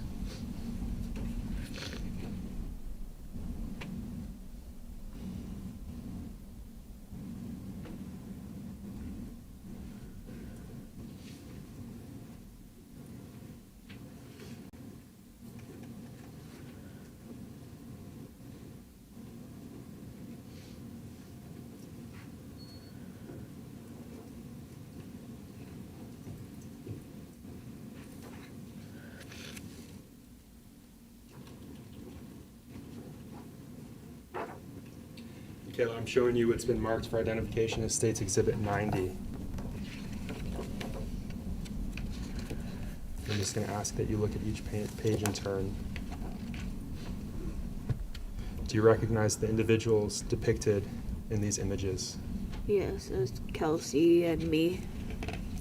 I'm sorry, say that again. Kelsey and me. Do you see the defendant anywhere in these images? That's not him. No. So it's Kelsey and you. Yeah.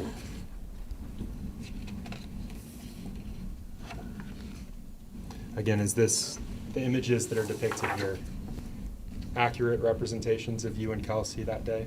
Yes. Your Honor, I move to strike ID and mark as full State's Exhibit 90 for identification purposes.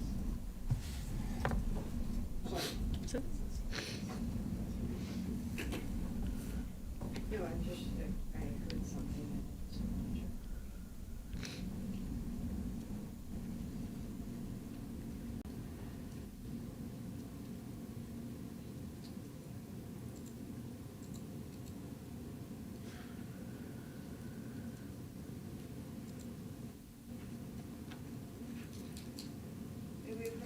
Yes.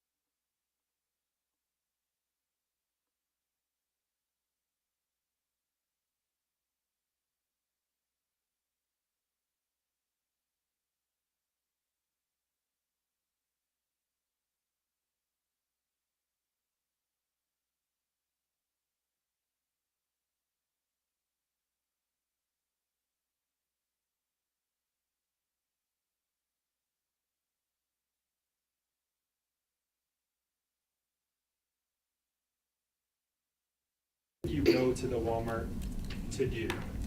To trade phones in for money. Do you remember how many phones you traded in that day? Like 3 or more. Whose phones did you trade in? Mine and Adam's, and I don't know who else. And can you remind us, who were you with at the Walmart that day? It was myself, Kelsey, and Adam.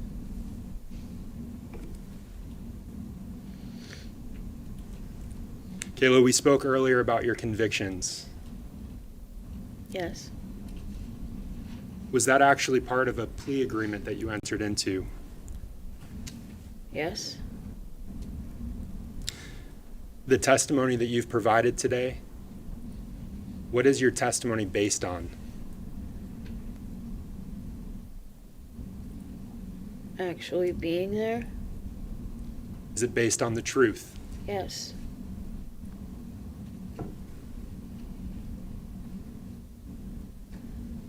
At some point, you were charged with perjury, and we talked about that earlier, but after that charge, did you agree to proffer information, to provide information to the state?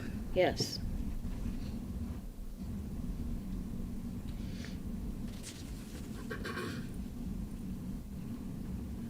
What was the sentence that you received for your charges, your perjury charges?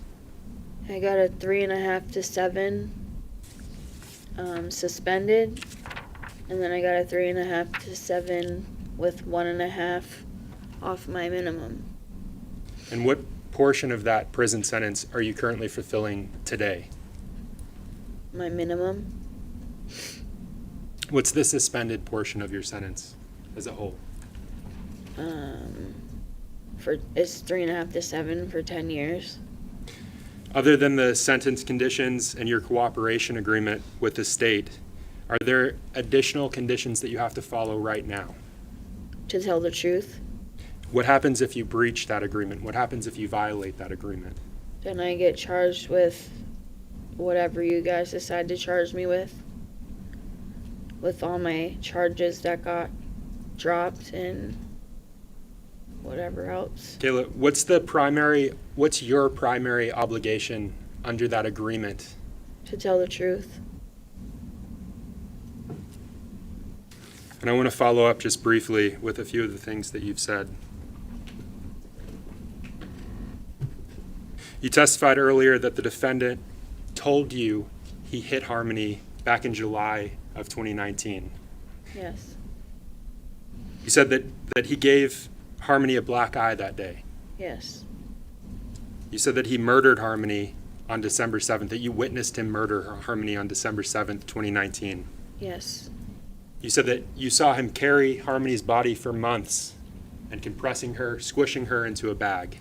Yes. You said that after months of carrying her, he ultimately disposed of Harmony's body. Yes. I'm going to ask you if you're able to identify the person that you've said did those things.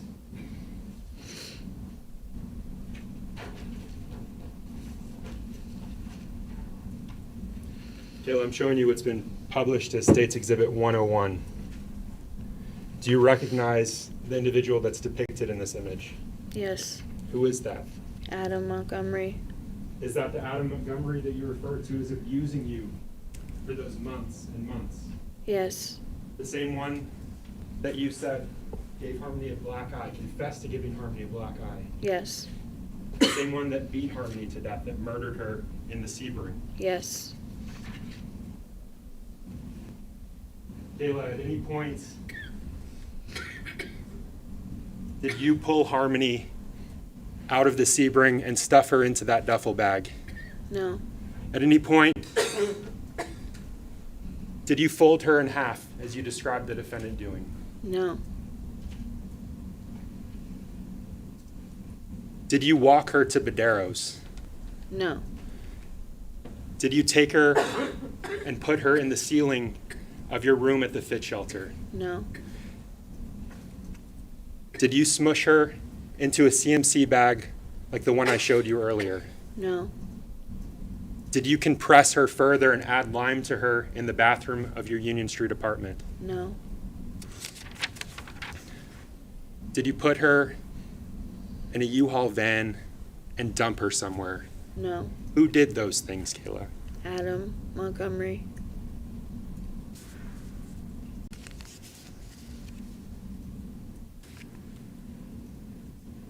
At any point when you were living in that vehicle after you'd been evicted, were you ever alone with Harmony? No.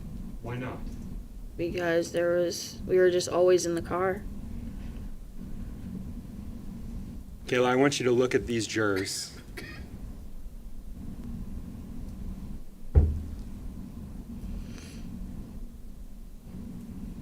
Kayla, did you kill Harmony? No, I did not. Did you beat her to death? No, I did not. Were you alone with her when she died? No, I was not.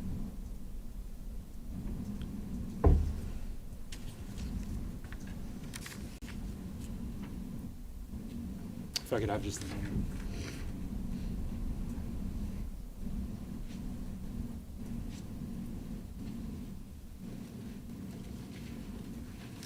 Kayla, thank you. I have no additional questions for you. All right. Council, I think this is a good time for the lunch break. So ladies and gentlemen, we're going to take an hour lunch break now, so please return at 1:05. I remind you, do not discuss this case with anyone, not with each other or with anybody else. Don't do any independent research. Do not drive by any locations. Do not look at any headlines or other media about this case. Your obligation is to decide this case based exclusively upon the evidence that is presented here at trial and the law as I will give it to you in my instructions. Ladies and gentlemen, we'll see you back here after the lunch break. Thank you so much for your attention this morning. Ms. Montgomery, I'll have you stay right there for the moment. All rise, please. You can stand if you wish. Okay.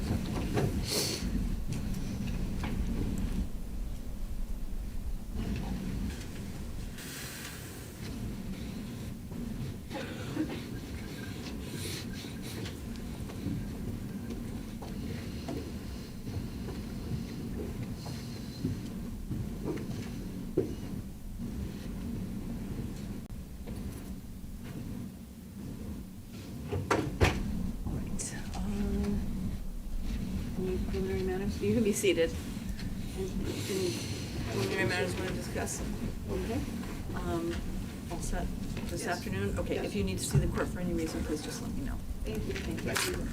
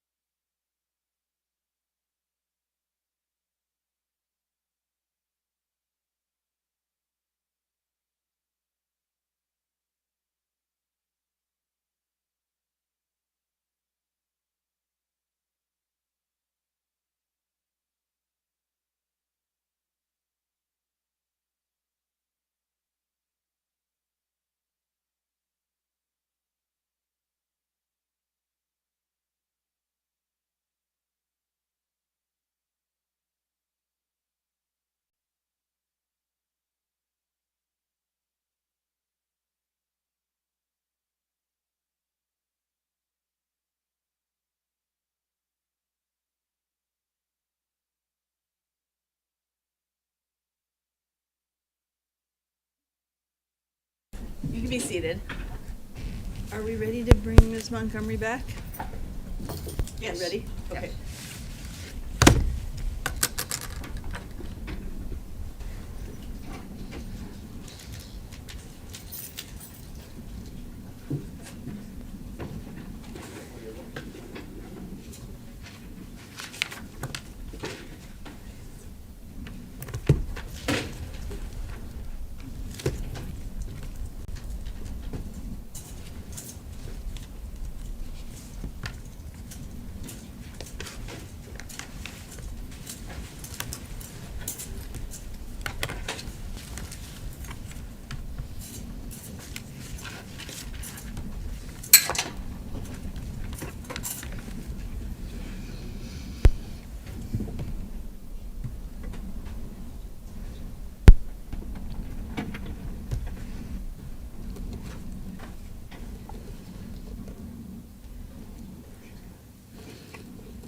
Just be careful with the lid on that, please. All right, is everyone ready for the jury? Yes, Your Honor.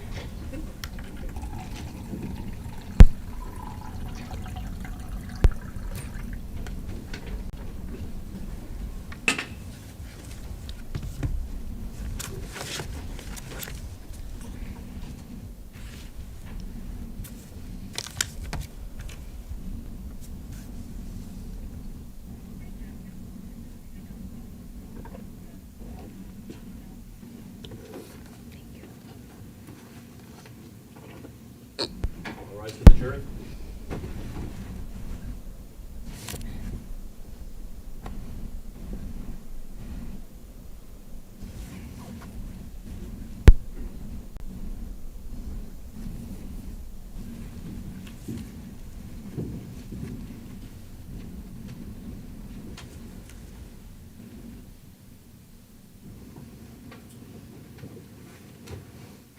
You may be seated. Ms. Montgomery, I just remind you that you remain under oath. Thank you, Your Honor. I'm gonna have a lot of questions, but I do want to go back to some of the stuff that you said at the end and make sure I understand. I think you said that you were never alone with Harmony once you were evicted, Right. and I think you said pretty much the whole family unit stayed in the car, Yes. and that was from the time that you were evicted. Yes. And I think you also said something about from the time that you were evicted, every time you were in public, Harmony had to be under a cover. Yes. Okay. And you talked about an accident that was on November 29, Yes. and that's the day after Thanksgiving, Yes.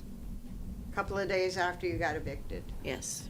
And after that, on the same day of that accident, you actually went with the family to your mother's house. Yes. And so you, Harmony, Declan, and Seamus are there with your mother and her boyfriend and Adam. Yes. You were not in the car at that time. No, we were inside the apartment. And Harmony was not under a blanket. No. And on December, what is it?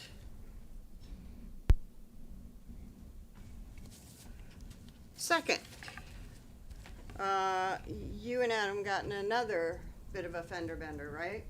Yes. And that was out near Market Street, right? Yes. And the kids were not in the car that time, right? I don't remember. You don't remember that they were not in the car? I don't remember if they were in the car or not. Okay. So do you remember talking to the police about that traffic accident Yes.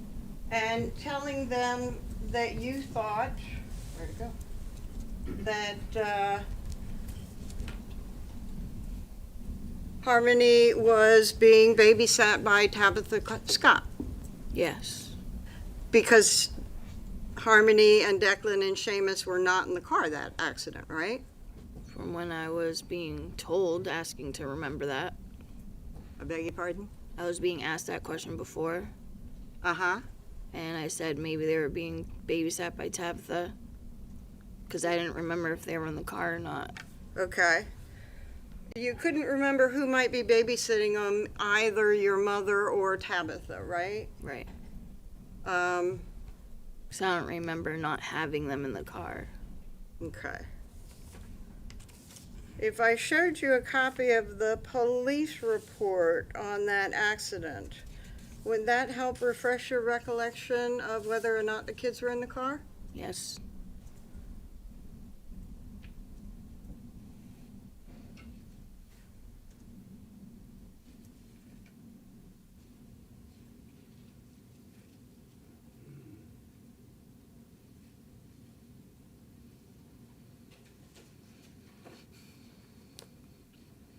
I'll show you a copy of a report. It's 4 pages, and you can read anything you want to refresh your recollection, but I would start perhaps there, that talks about the gist of the accident.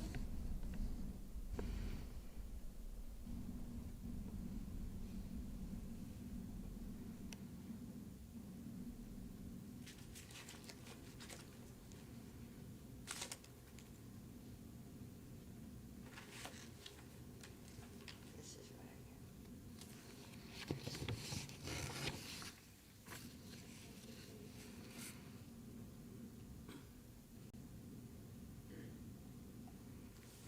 My fault.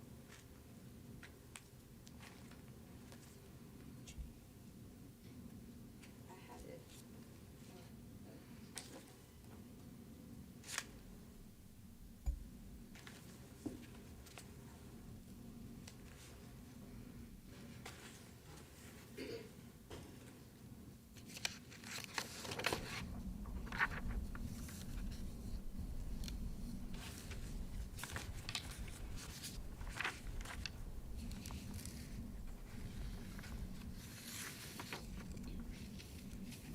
Okay. Does that refresh your recollection about whether the kids were in the car? No. It doesn't? No. Okay, I'm gonna ask you about that conversation with the police. You recall the accident, Yes. and you recall that it was near Market Street. Yes. And you recalled that accident when you were talking to the police, correct? Yes. And I have a copy of that. We'll go back a little bit. You had a conversation with the police June 3rd. You recall that? Of what year? I'm sorry, 2022. Yes. And during that conversation, the police asked you about that accident, right? Yes. And when they asked you about the accident, they suggested that with it being at Market Street in the morning, you had probably just gone to the clinic, right? Yes. And they asked you where the kids were, right? Yes. And you said, I think Tabby was watching them. I'm not 100% sure, but I don't remember if it was her or my mom, but I don't know because I wasn't really at my mom's house yet because we went on the 11th. Yes. Okay. So when they asked where the kids were, you thought that they were being babysat by Tabitha, perhaps your mother. Yes. Okay.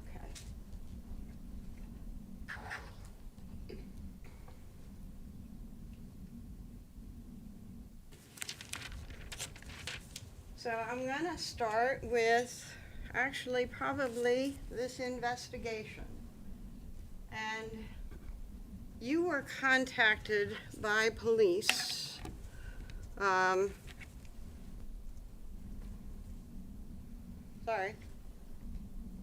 A little mixed up, but you were contacted by police in December of 2021, right? Yes.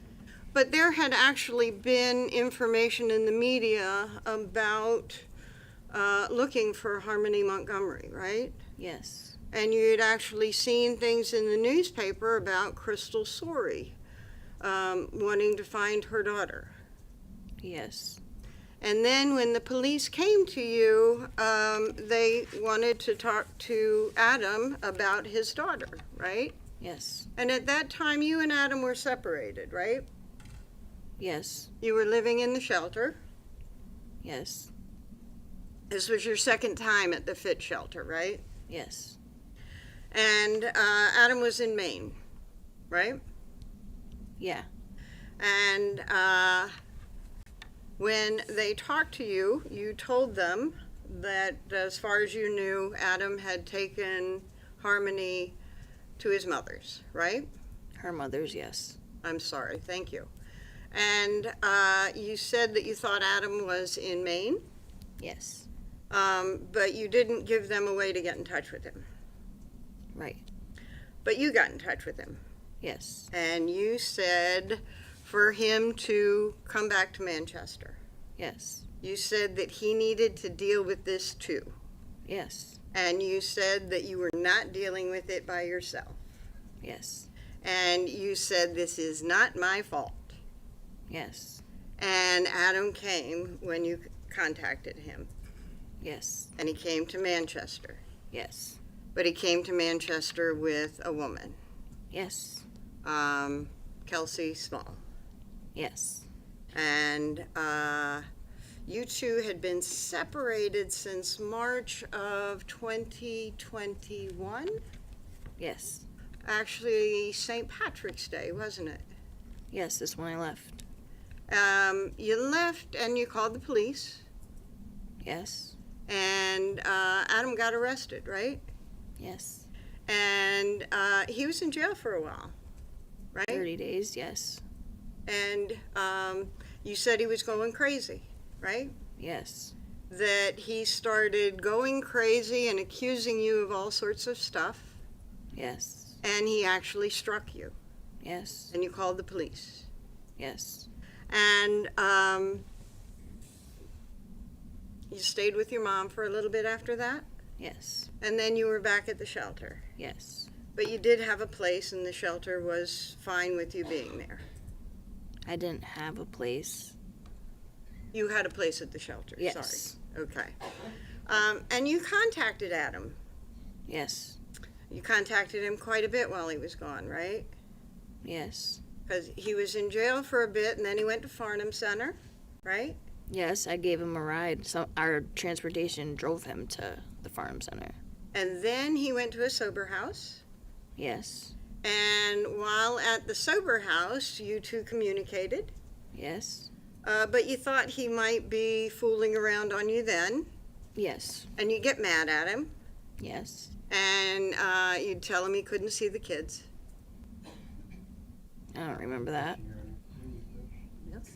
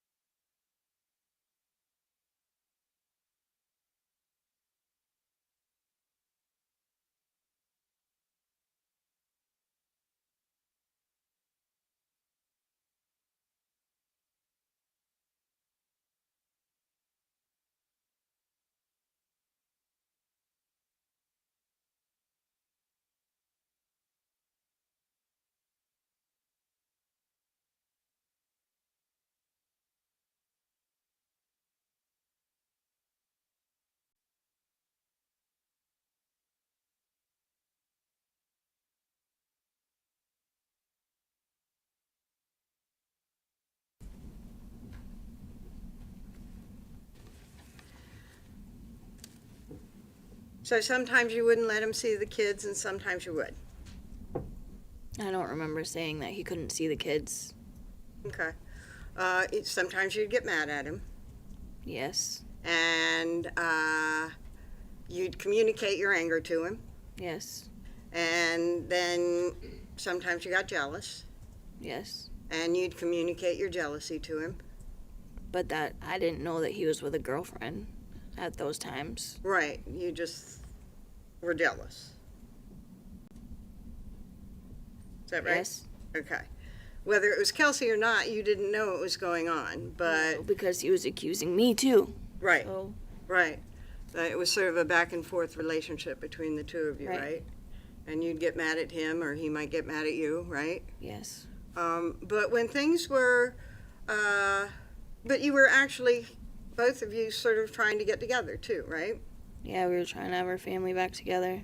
Yeah. You considered him your best friend when things were good. Yes. He was the And- same way with me too. Right. You two were pretty connected when things were good, right?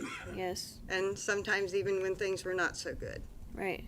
Pretty solid with each other. Yeah. And so when Adam showed up with this woman in December of 2021, when you called him and told him to come back, you didn't like her. No. I think you called her Thing. Yeah. But you needed to work with Adam to get through this investigation, right? That's not why I was being nice to him. Was not because of this situation. Okay. Okay.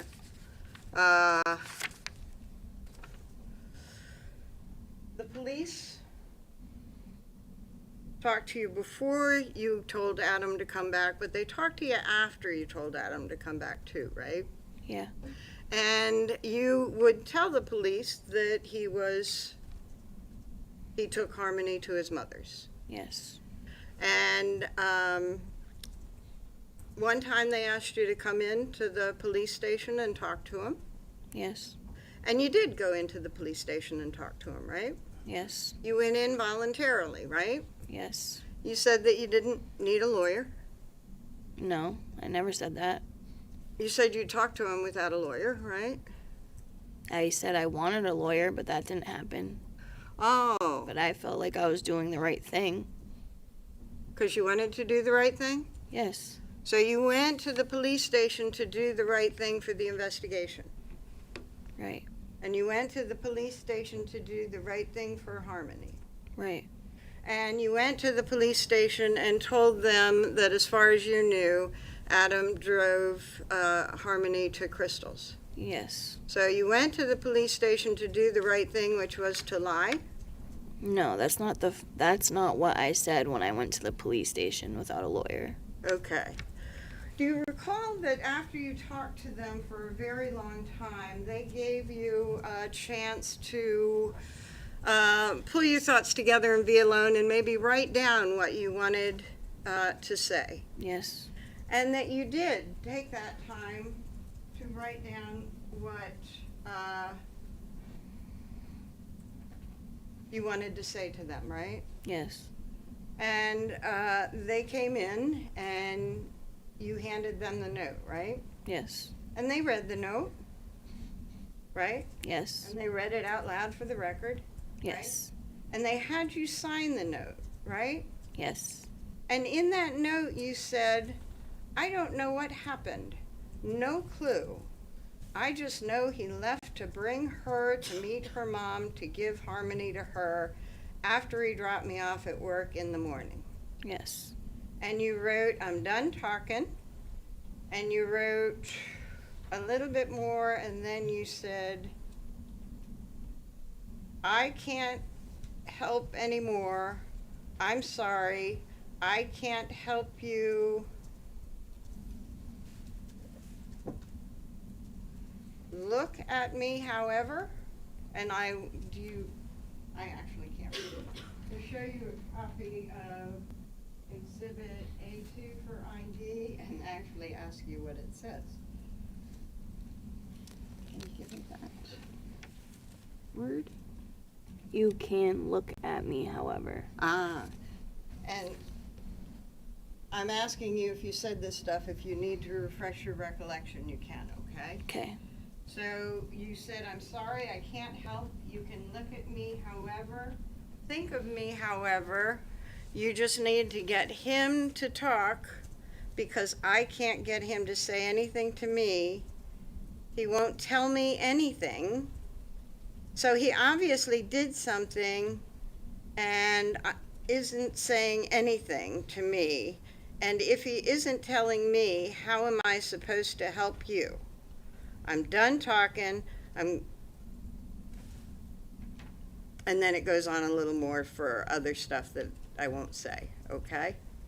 Okay. Is that what you wrote for him? Yes. And you were done talking, And right? I remember it saying I want a lawyer. You did, right, in that Yes. letter? Yes. And you said that you were done talking and you were getting your lawyer and you wanted to go home now, please, right? Yes. So, Your Honor, I'd like to offer this as as a full exhibit. Any objection?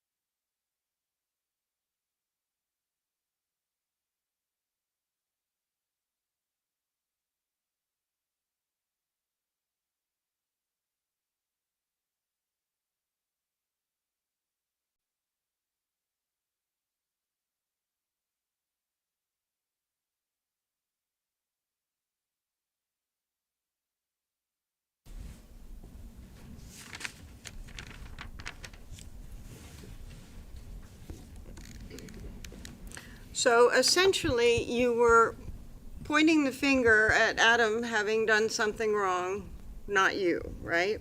Right. And you were lying to the police about what happened, right? Right.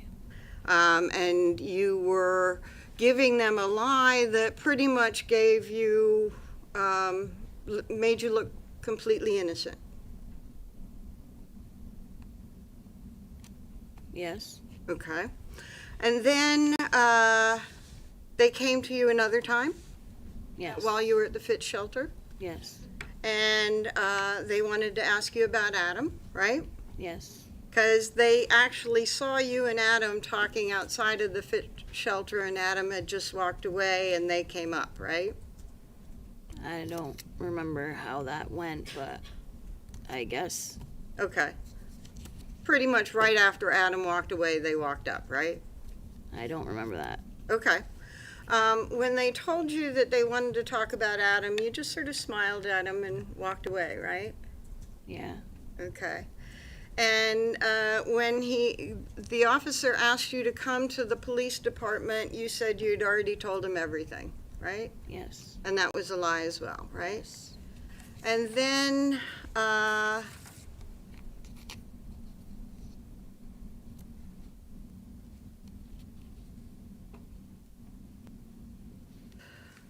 during that interview, you also told them that you didn't understand why Crystal was saying she didn't have harmony. Yeah. Okay.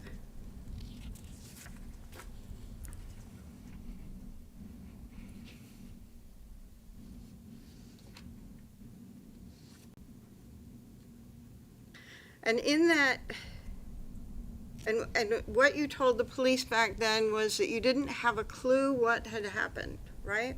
Right. And again, you are distancing yourself so that you have no fault in this, right? They can't blame you. That's not what I was doing. I was doing what I was told to do the whole Okay. time. Okay. Well, Adam got arrested on January 5th, right? Yes. You got arrested on January 6th. Yes. You knew that Adam was arrested, right? Yes. And you were arrested for something that eventually became a theft charge, right? Yes. And after you were arrested, you were incarcerated. Yes. You were incarcerated for several months, Yes. and you wanted to get out. Yes. You worked very, very hard to get out, right? Yes. You worked very hard to get into rehabilitation shelters and the like in hopes that you could get out to the shelter Yes. on bail. Yes. And it took a long time, right? Yes. I think it was May 6th you finally got out. Yeah, it was 4 months. Pardon? 4 months. Okay. So May 6th is about right? Yes.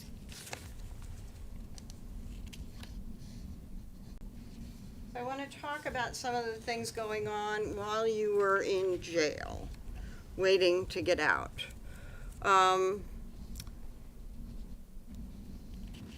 Adam, by the way, you knew was not out on bail, right? Right. And you knew he could not get out on bail, right?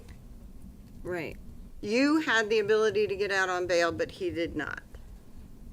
I didn't know he didn't have a chance to get out on bail. Okay, I didn't know what was going on with him. okay. What do you mean you didn't know what was going on? I didn't know what his situation was with either getting out or not getting out or trying to get out. I had no idea. Okay. You were sort of following events while you were incarcerated, right? Not really. Okay. You were following what was going on with Adam while you were incarcerated, right? I don't know.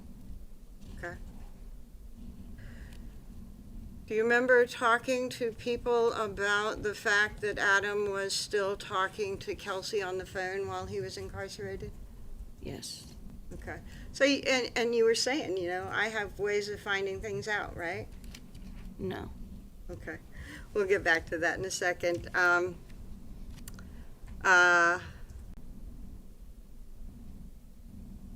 During that period of incarceration that you wanted to get out, you did not tell the police the truth of what happened to Harmony, right?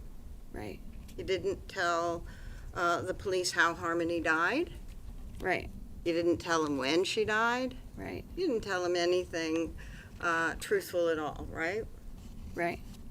And then while you were in jail, you sort of thought about your own trouble and maybe how to get out of trouble, right? Not just my own trouble, but okay. What do you mean? I don't know how to explain it.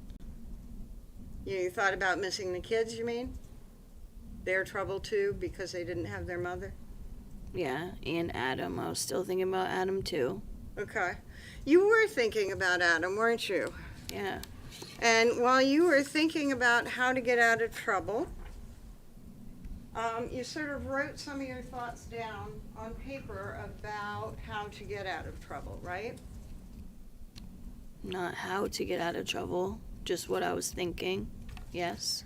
About what you wanted, well, you talked about betraying Adam, right? Right. To get what you wanted, right? No. Okay. I'm going to show you a copy of what is marked for ID as G10. Let's see if you recognize these writings.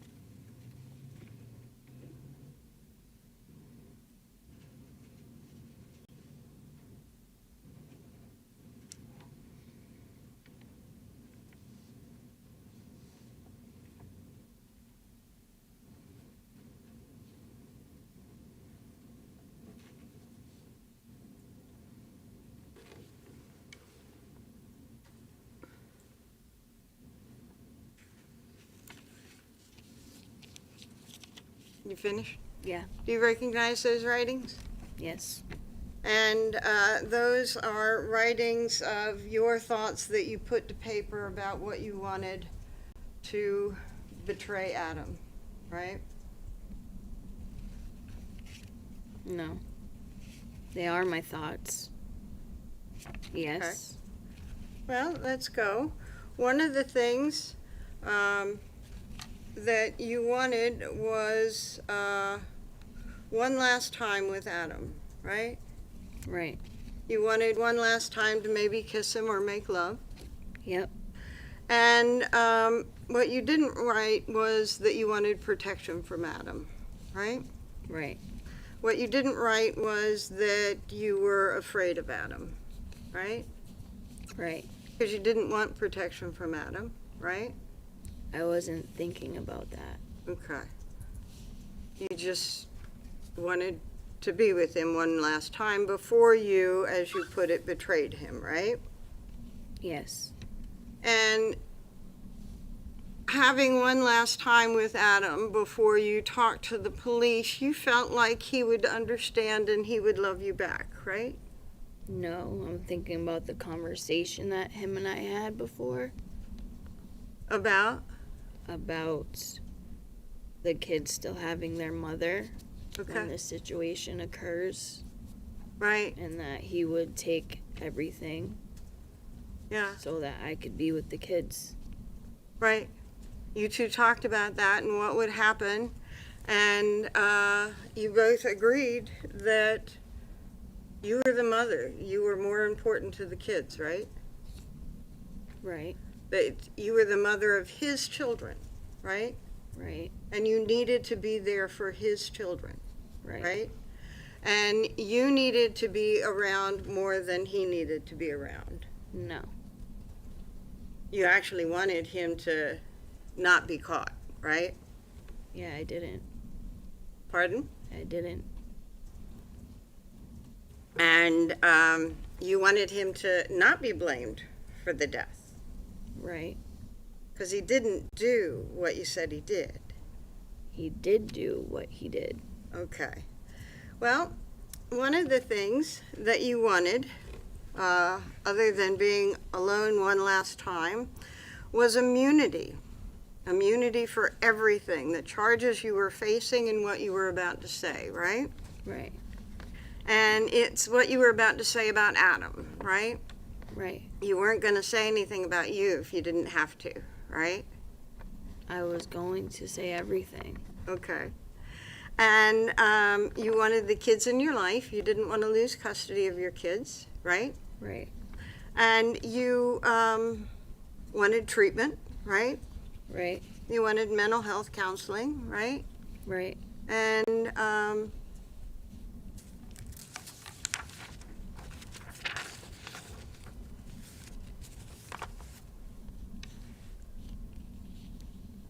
immunity from everything. Where did you learn about immunity? For Adam told you about immunity? Yeah. And this is things that you're going to talk to your lawyer about? Yes. Okay. And you thought that you want to see what the AG has to offer, but you don't want to end up being screwed yourself by them, right? Right. You didn't want them to play games with you and then you would get fucked in the end, right? Yeah, 'cause that's what Adam said that they would do. Okay. It was all Adam, right? I am my own person, but yes. Okay. And you said, I am so fucked, I should just, I don't know, for Harmony, for me, for my kids, so you actually thought, maybe I will help with the investigation for Harmony. Yeah. And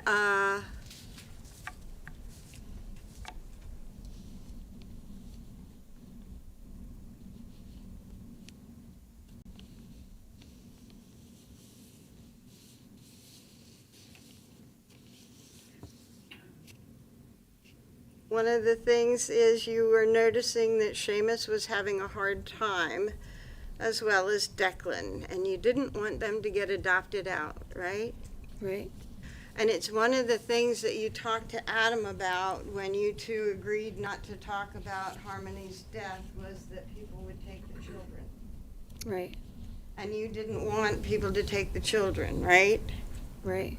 And you would rather hide Harmony's death than have the state come and take the children from you, right? That's not what I was thinking. Okay. But you two talked about it and how important it was for you to be there with the kids and for them not to take the children, right? Yes. And it is a conversation that you and Adam had after you discovered Harmony's death. Yes. And it is something that you agreed to after you discovered Harmony's death, right? Yes. And Adam did agree to take the fall after you discovered Harmony's death and had that conversation. Yes. And as you said, when you two were in sync, it was about as tight as it could be, right? Right. Best friends, do anything for the other. Right.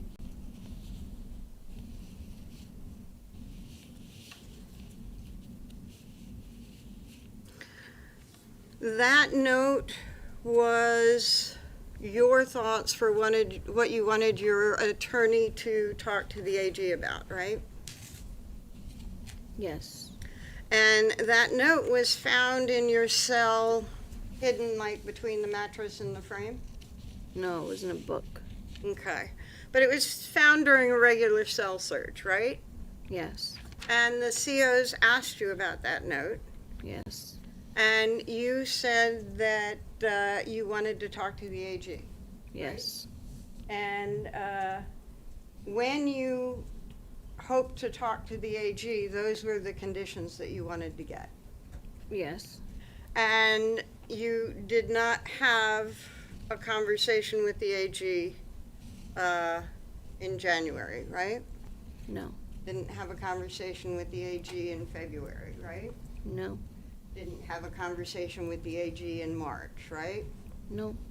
But you did get a subpoena for the grand jury, Yes. and you understood what the grand jury was. Yes. And you did get out May 6th, right? That was Yes. before the grand jury, right? Yes. And you still didn't talk to the AG before you went to the grand jury. Right.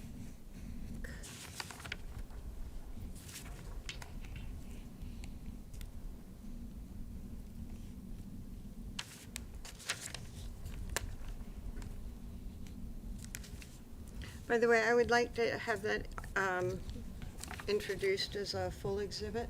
That would be G for ID.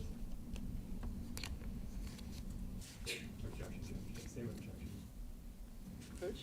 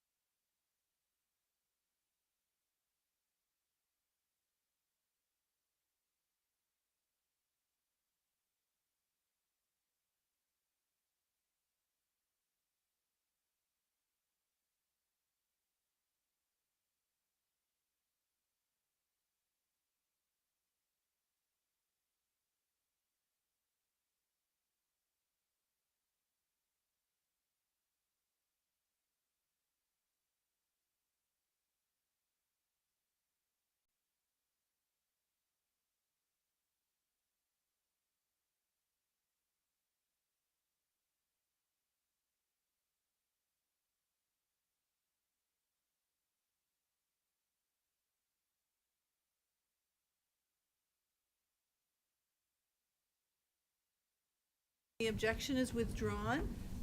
Exhibit G, the ID is stricken. It is entered as a full exhibit.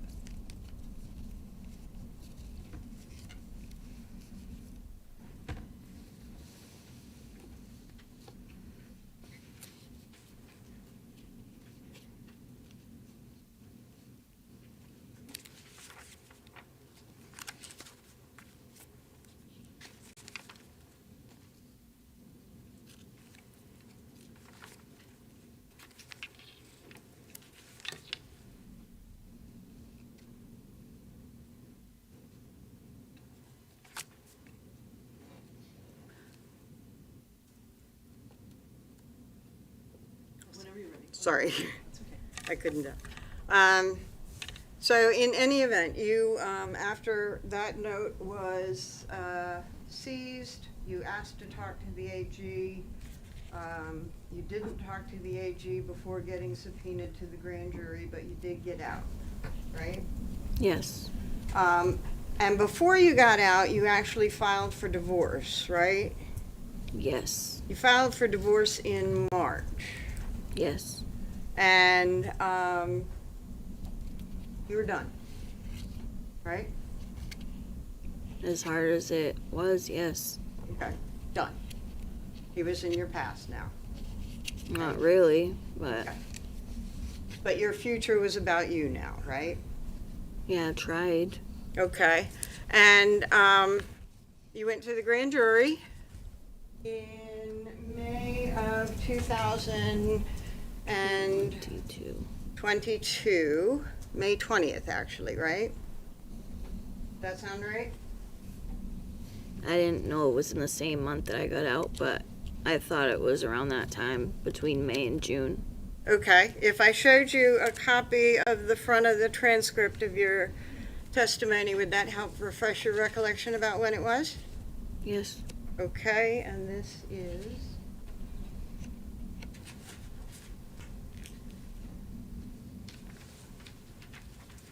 State's Defendant's Exhibit B for ID. Does that refresh your recollection? Yes, please feel free to check through the transcript to make sure it's correct and that it's you. I remember I remember going to this, yes. Okay. And looking at it doesn't refresh your recollection about the exact day, but it seems like around the, Yes. okay.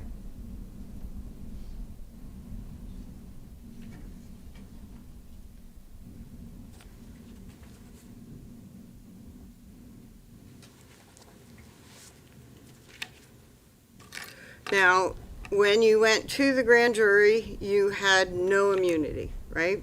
Right. You had no agreement with the state, Right. and about 2 years,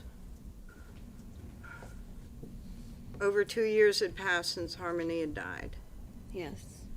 And over 2 months had passed since you wrote that note that is Exhibit G of the conditions that you'd like to get for, quote, betraying Adam, right? Yes. And so you went to the grand jury, Yes. and you were advised that you had to tell the truth, right? Yes. They actually swore you in like you were sworn in here. Yes. And there was a prosecutor there asking you questions, Yes. and there was a group of people not in this configuration, but probably even more people there that were the grand jury. Yes. And you were not particularly happy with Adam when you went to the grand jury, right? I was stuck in my head. Okay. Well, you lied to the grand jury, right? Yes. Even though you swore to swore an oath to tell the truth. Yes.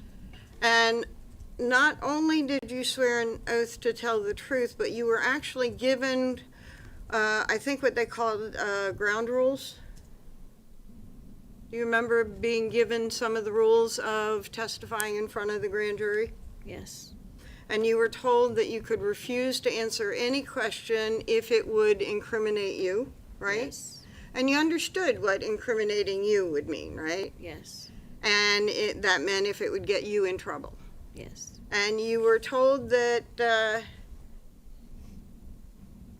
incrimination was pretty much if your answer would risk you being charged with a crime. Yes. And you were also told that if you did answer, you had to answer truthfully. Yes. But you were also told that if you had an answer that got someone else in trouble, you had to answer that. Yes. And you were asked if you had any questions about those rules, right? Yes. And you were also told that if you had a question about any of the questions, Yes. meaning if a question might incriminate you or not, you could take a break, step outside, and talk to your lawyer, right? Yes. Your lawyer wasn't allowed in the courtroom, but he was available to you, right? Yes. And if you thought that a question might get you in trouble, you could go out and talk to your lawyer. Yes. And you were also told that you could get charged with perjury if you lied to the grand jury. Yes. You were told that not only could you get charged with perjury if you lied to the grand jury, but you could get charged with perjury for each and every lie. Yes. And that a perjury charge could bring a sentence of 3.5 to 7 years Yes. in prison. Yes. And that if you lied more than once, you could get more than one sentence of 3.5 to 7.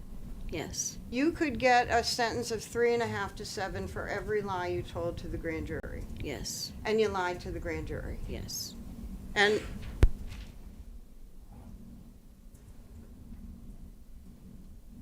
you lied more than once. Yes. You lied more than twice. I only got 2 counts of it, so I don't remember lying more than twice. You do not recall lying more than twice to the grand jury. Right. You think you only lied twice to them. Yes. Okay. Let's go through what you talked to the grand jury about. They actually talked to you. The prosecutor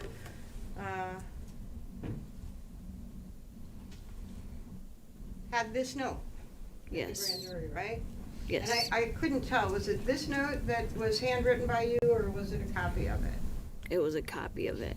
Okay. And he read some and had you read some of the note out loud to the grand jury, so he could ask you questions about it, right? Yes. And he asked you what you meant by thinking about betraying Adam, right? Yes. And you said you were thinking about, that he hurt Adam, Harmony, right? Yes. Because he had actually only been arrested on June 5th for second-degree assault to Harmony. Yes. And you said that betrayal sort of referred to that. You were going to betray him on that. Yes. Okay. Because you said that you didn't know what happened to Harmony, that you had no idea. Yes. That was a lie. Yes. And you said you thought Adam hurt her, but you didn't know what happened to her. Yes. That was a lie. Yes. And that was a lie that protected you, but pointed the finger at Adam, right? Yes. Okay. And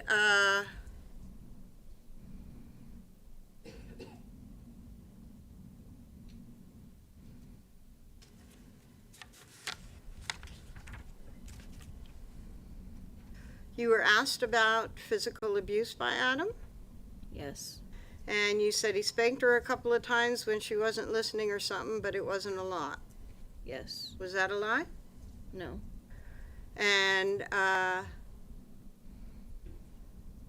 when they asked, well, what is it that you're talking about betraying him, you said, well, he verbally abused her by putting her in a corner and spanking her. Yes. Was that a lie? No. Okay.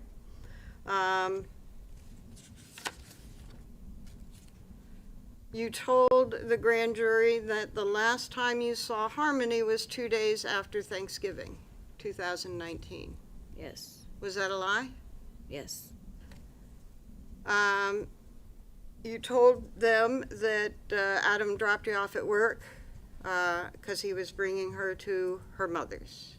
Yes. Was that a lie? Yes. And you said all the kids were in the car, you were going to work, and everybody was fine. Yes. Was that a lie? Yes.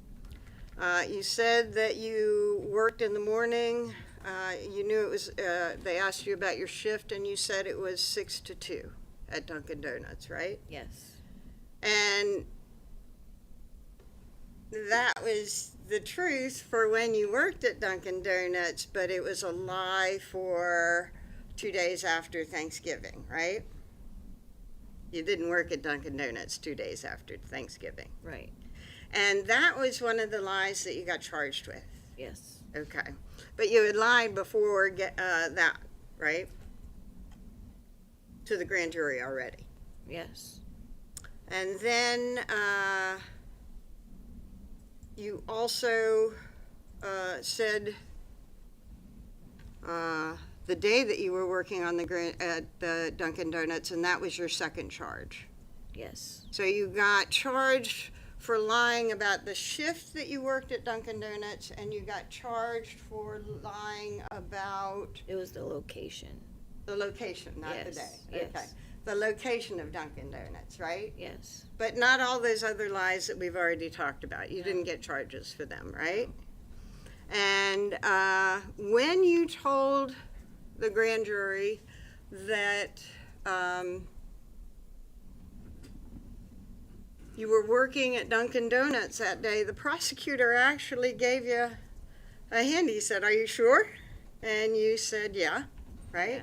Yeah. Yes. And he said, "Take a minute and think because we had the records," right? Right. And you repeated the lie anyway. Yes. And, but you knew that they knew at that point that you might be lying. Yes. You knew that you might be getting caught. Yes. And you didn't know what to do. No, I did not. So you just continued in your lie. Yes. And so you said that you had a conversation with Adam, and he told you a day or two before taking Harmony to her mother that he was going to do that, right? Yes. And that was a lie. Yes. And you said that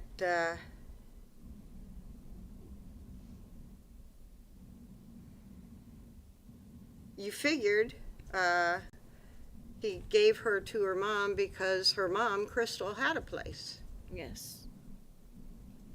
But you didn't figure he gave her to her mom.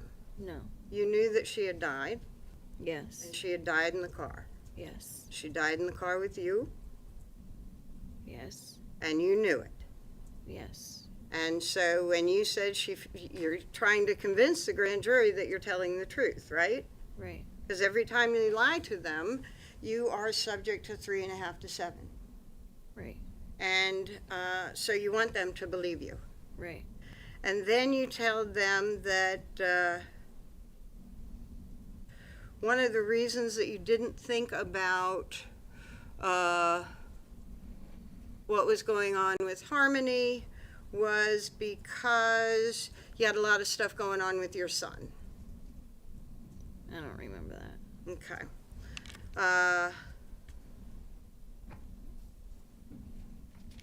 You said that one of the reasons that Adam brought Harmony to her mom was because she had already been through so much with the state that he didn't want her to live in the car anymore, and she could live in a better place with Crystal.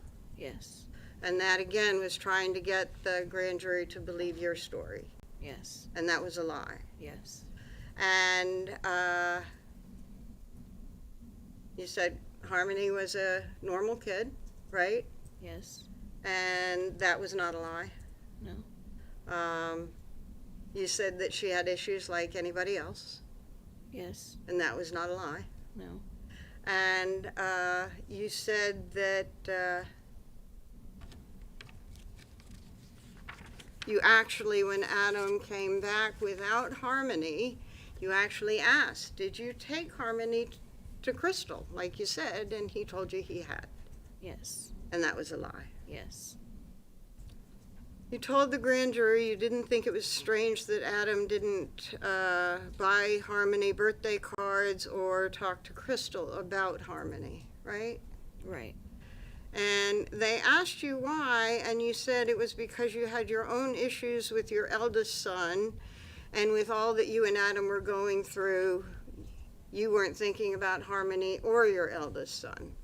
Right. And that is a son that is not of you and Adam, right? Right. That is a son that you were also visiting. Yes. And there was a lot going on with your son. Adam had a lot going on with Harmony. And so you just didn't think about all those things because it was too chaotic. Yes. And so while some of that might be true, that certainly wasn't why you weren't thinking about Harmony, or about Adam not staying in touch with Harmony, right? Right. Because you knew Adam was dead, right? Harmony was dead, I'm sorry. Yes. And so you just sort of made that up as a reason why things are going on in your head, so something that would be strange to other people wasn't strange to you, right? Right. It just sort of popped into your head. This is a good reason to give the grand jury to try and convince them I'm telling the truth. Right. But it was from a real life detail, right? That was going on in your life with your eldest son. Yes. And you told the grand jury that Adam had been violent to you, so you believed that he had been violent to his daughter, Yes. but you hadn't seen anything. Right. And you told them that you were under the assumption that whole time that Harmony was with her mother. Yes. Another lie. Yes. You told the grand jury, obviously, you were thinking he did something wrong, but you didn't want to think about that, right? Right.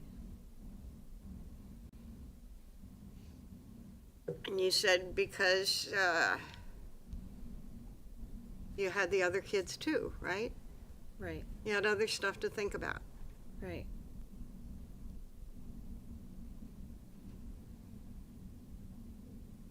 When the prosecutor asked you, do you think it's a good possibility that Harmony's not around anymore? You said that could be a possibility, right? Right. You didn't tell them that you knew she was dead, Right. right? You didn't tell them that you were there when she died. Right. And that's kind of a lie by omission, right?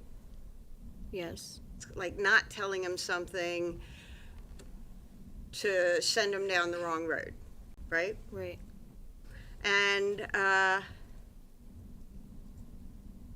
when they asked you if you remembered any more about the day that Adam drove off with Harmony, you told them what you remembered. Seamus was 2 and Declan was 11 Months. months. Thank you.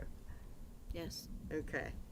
And you were asked if you remembered anything Adam said, and you said, no, not that I can. You sort of let it trail off, right? Right.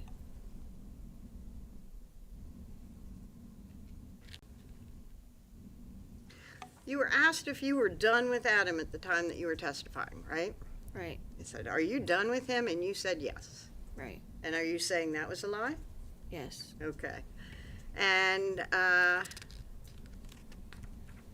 you told them that you kept insisting that all you knew was that Adam drove off with Harmony, and that was all you knew. Yes. And that was a lie. Yes. And that is protecting you. And Adam. It's actually pointing the finger at Adam, right? No. Okay. Not Well- when it's the lie. Okay. Because you told them that you thought Adam must have done something wrong with Harmony, right? Right. And you were pointing the finger at Adam, right? Right. And you were protecting you. Right. Okay. And when the subject of the items that Harmony had, you told him that Harmony had a sports cup with pink flowers, right? I don't remember telling them that. They showed me a picture of it. Oh, okay. Do you remember telling them that? I just remember the picture. Did you tell them that she was wearing Nike sneakers Yes. and that she was wearing a Star Wars hoodie? Yes. And you talked to the jury with a straight face about remembering what she was wearing, right? Yes. even though the Star Wars hoodie is what you cut off of her body in the shower at Union Avenue. Right. Okay. And you didn't have any problem talking about that to the grand jury, that that's what she was wearing, right? Right. But you did have a problem telling the grand jury the truth, that you were cutting off her clothes in the shower at Union Avenue. Right. And you said the last time you saw Harmony, she was happy. Yes. And you had no problem with that lie to the grand jury, right? Right. And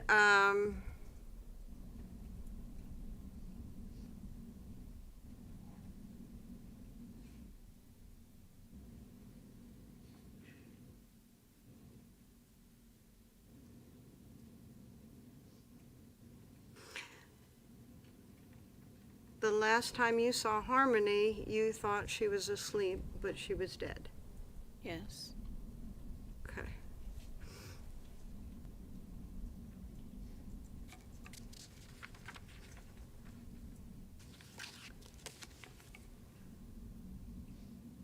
One of the things that happened at the grand jury was you were talking about some of the things that the family did after eviction, right? Yes. And you talked about going to Colonial Village, right? Yes.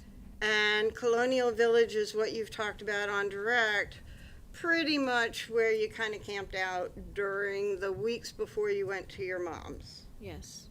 And I think you told the grand jury that you went to your mom's around the 11th. Yes. And that seems about right? Yeah, it was the beginning of December. The 11th? Like the beginning of the month of December. Okay, well, I call that the beginning. Sorry. you'd been in the car for a couple of weeks before going to your mom's, right? Right. So, you told them that your car had died and you slept in the car of your friend Anthony Badero for a weekend, Yes. and it was sometime after that that you went to your mom's. Yes. And you told them that Badero saw Harmony every day while living at the Colonial for that couple of weeks, right? Yes. And that was a slip-up, right? I don't remember. Well, if you were telling the grand jury that Harmony died on November 30th, but you're talking about being in the car for a couple of weeks from the 20... I'd ask that the record be clarified. All right, hold on, no speaking objections, please approach.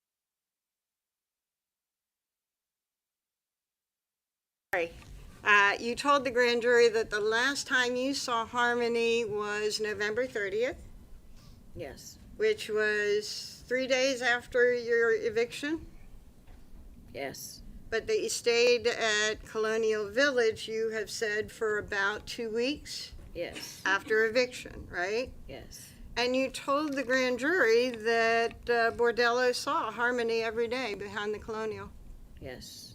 for those 2 weeks, right? That was a slip-up, right? No, because he did see her. Okay. For 2 weeks? He did see her a couple of times, yes. You said every day behind the Colonial? Not every day. Okay. For those 2 weeks, he saw her, right? Yes. For a couple of weeks, right? A couple of days. During those weeks, he did see her for a couple of days. Do you recall which days? No, I just know we were still in the car.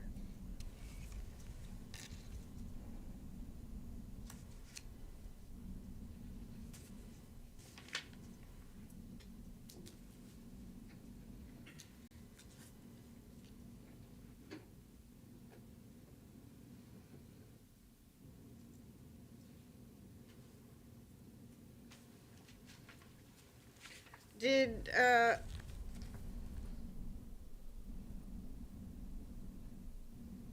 Anthony Bordello didn't see y'all very much before you were parked at the Colonial, right? Yes, he did. Okay. Did he see Harmony often? Once in a while, if we drove to his place. Okay. Would you go in to his place with Harmony? No, Okay. we'd be in the car. Okay. And so I'm going to show you a portion of your grand jury testimony.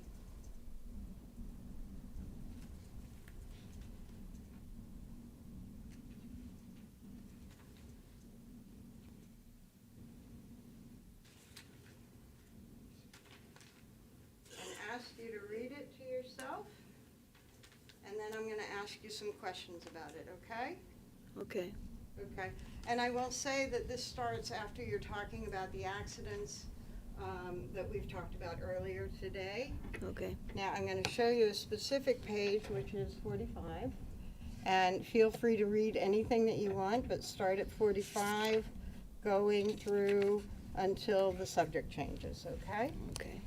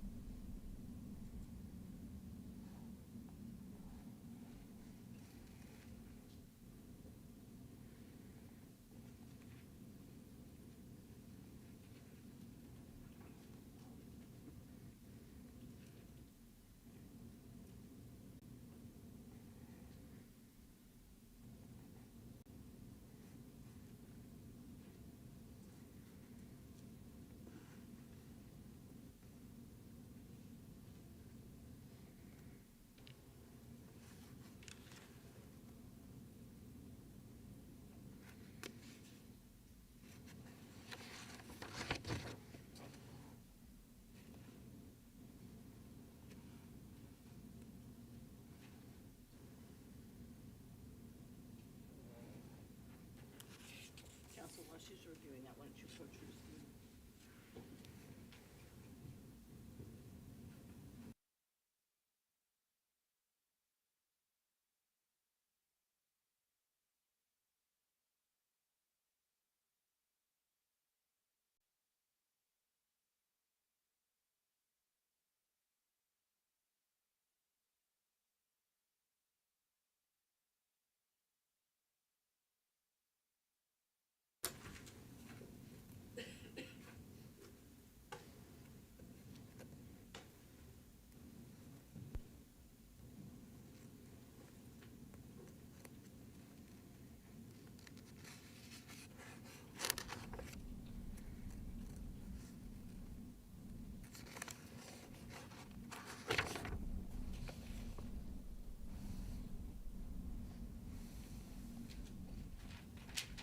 Okay.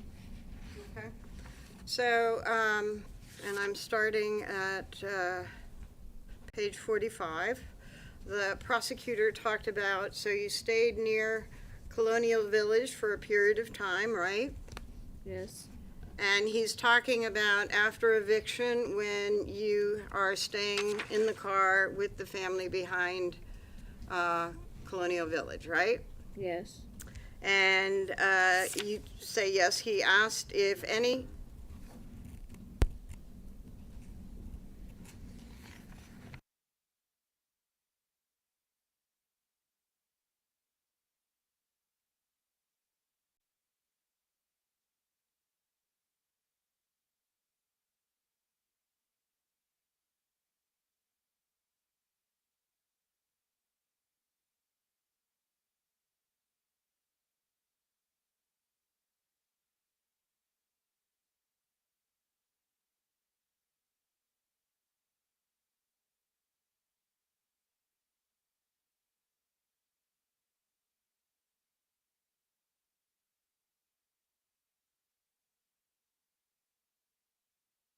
script, refresh your recollection.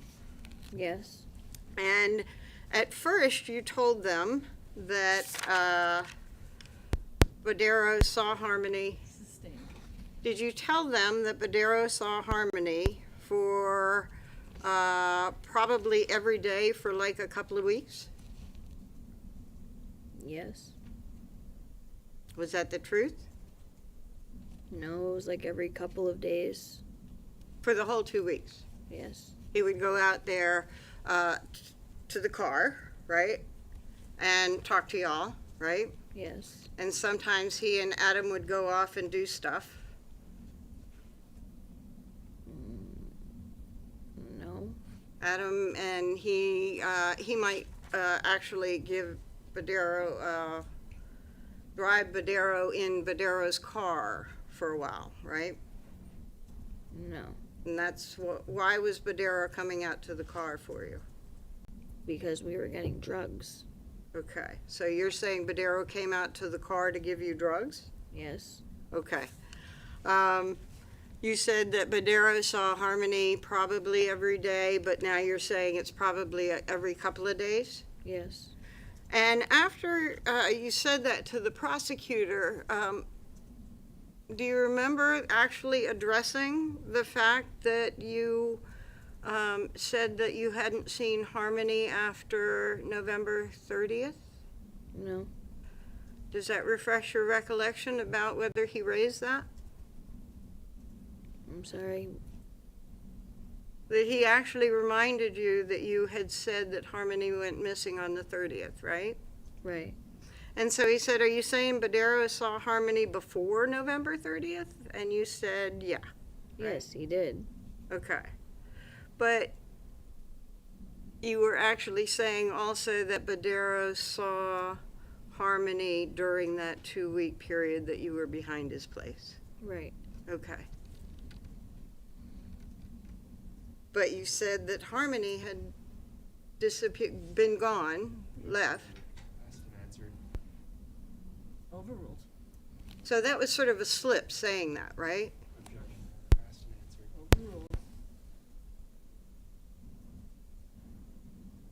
No. You're talking about events after the 30th where Badero is seeing Harmony at a time that you're telling the grand jury that Harmony has gone off. Adam took her to her mother. After the 30th. He saw her before that. Okay.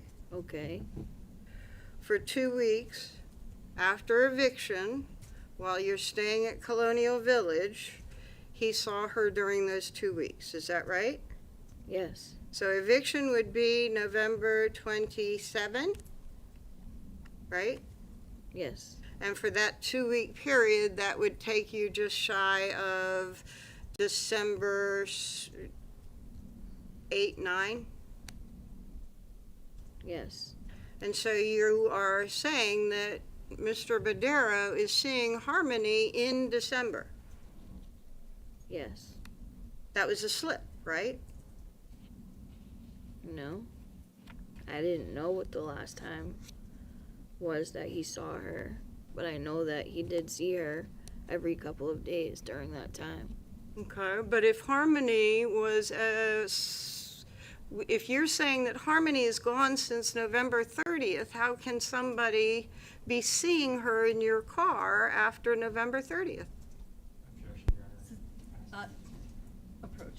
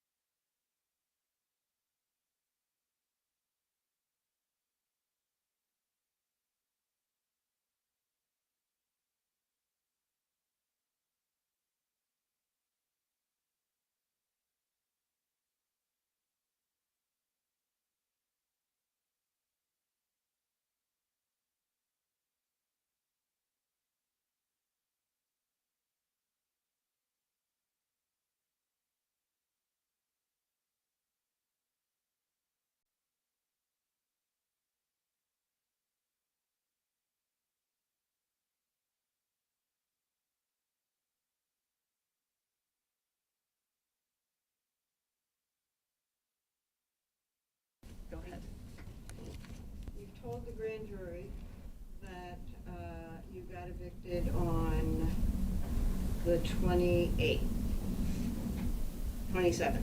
Yes. And you told the grand jury that for 2 weeks from that eviction, you stayed at Colonial Village. Yes. But you told the grand jury that 3 days after that eviction, Adam took Harmony to his mother's, Yes. to her mother's, Yes. so that she was no longer in the car. Yes. But you also told the grand jury that Anthony Badero saw Harmony throughout that 2-week period, right? Right. Okay.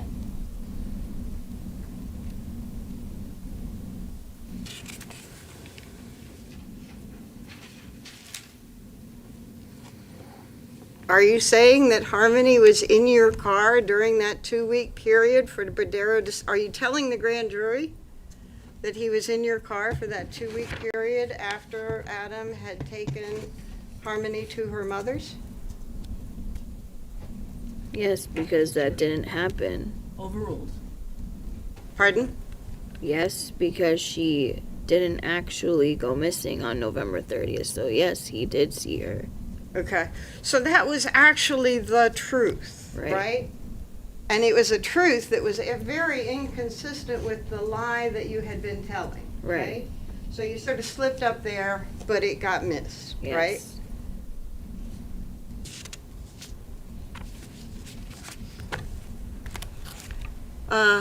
After that, maybe it is a good spot. Ladies and gentlemen, this is a good time for our mid-afternoon break. We'll take about 15 minutes, and we'll come back and resume the testimony. I'll ask you to just stay here. Please rise for the jurors.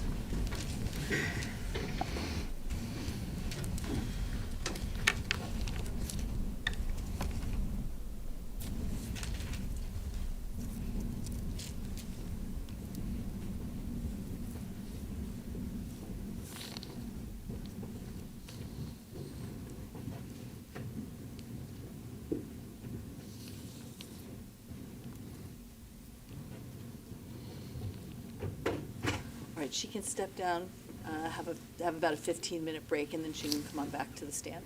All right, everybody, 15 minutes.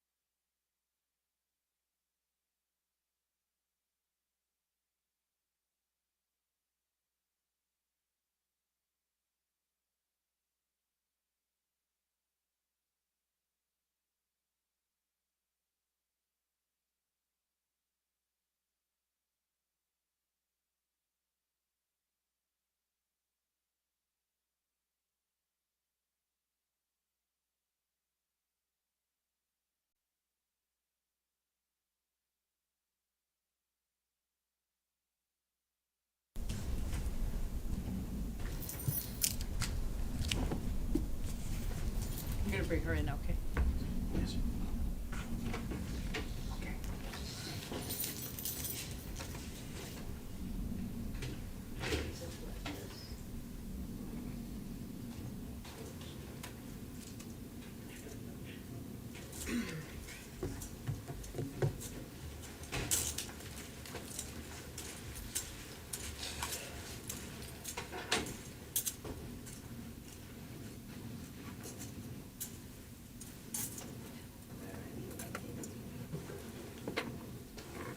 Everybody ready?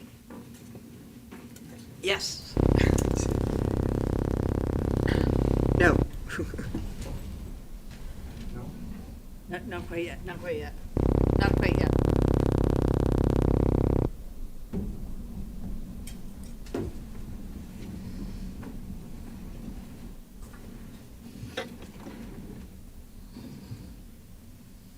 Ready? Please rise for the jurors.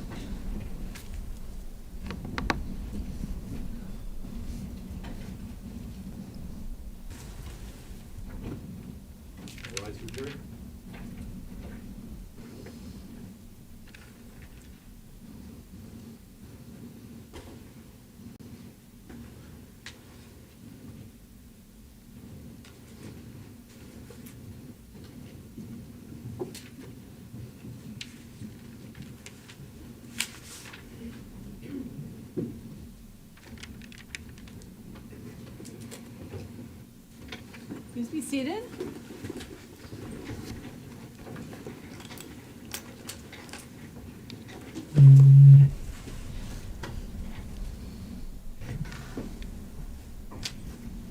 Whenever you're ready. Thank you, Your Honor. At the grand jury, you were asked about those car accidents, remember? Yes. And you said that you recalled two, and that Harmony was in the car for one of them, but she wasn't in the car for the other, right? Yes. And that you couldn't remember why she wasn't in the car for the other, right? And you thought that that was a November accident that she wasn't in the car for. Right. Is that the December accident that she wasn't in the car for? I don't remember. Okay. Do you remember that Tabitha Scott was in the November 29th accident, was in the car during that? Yes. Okay. So you thought it was November, but you're probably talking about the December accident where Harmony wasn't in the car? Yes. Okay. And do you remember on direct that the prosecutor asked you to look at the grand jury?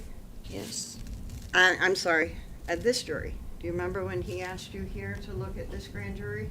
Yes. And Overruled. I said grand jury again, I'm Oh, sorry. sorry, yes, stand. Yeah. Go ahead, Sorry. go ahead. Do you remember at the end of your direct testimony, the prosecutor asked you to look at this jury? Yes. And he asked you, did you kill Harmony? And you looked at this jury and you said no? Yes. Do you remember that the prosecutor at the grand jury asked you to look at the grand jurors? Yes. And he asked you to tell them what happened to Harmony, and you said you didn't know? Yes. So looking at jurors while you're lying doesn't change the lie, right? Right. So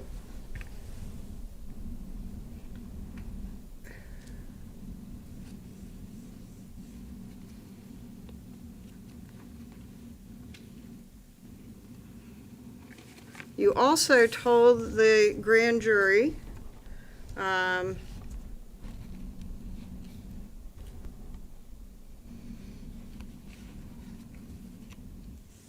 that neither Adam nor anyone else asked you to lie about what happened to Harmony, right? Right. And that lie that you told the grand jury, you told them freely, right? Yes. And it was a lie that you and Adam came up with when you didn't want DCYF in taking your kids or blaming either of you or anything like that, right? Right. And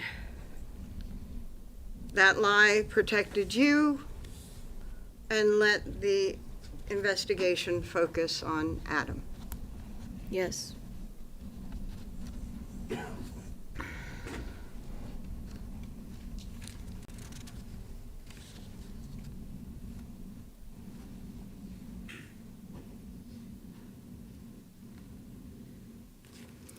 You also told the grand juror that when you contacted Adam and told him to come back to Maine, and he came back to Maine, you said that once there, Adam said, "Tell them I brought her to her mother," right? Yes. Um,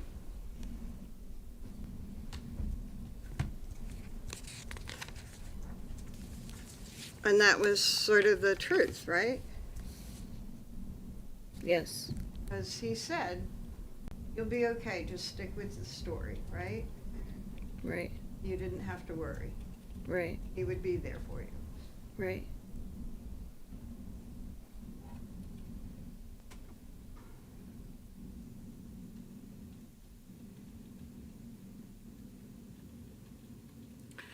One of the, in the grand jury, unlike this jury, the individual jurors were allowed to ask you questions, right? Yes. And so you not only had a prosecutor asking you questions, you had individual grand jurors asking you questions, right? Yes. And you lied to them, right? Yes. You told them that you were actually feeling scared for Harmony at some point, right?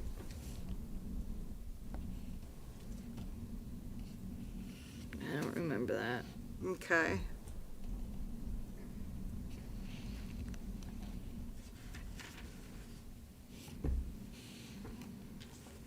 You still have that grand jury testimony there?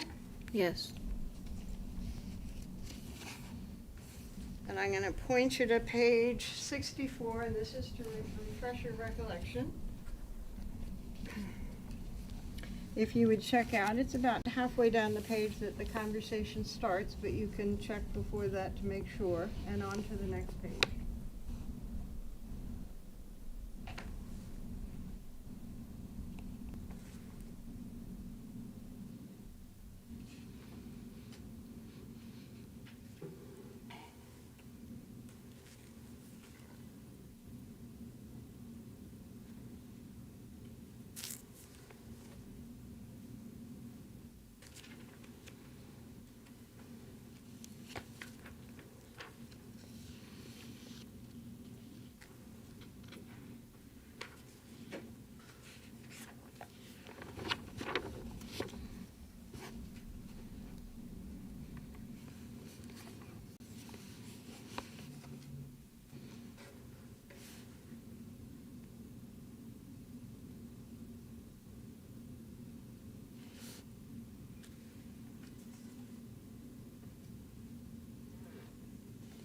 Okay.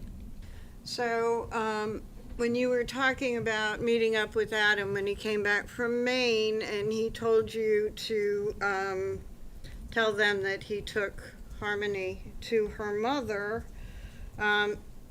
you were actually asked about the fact that the investigation is going on, right?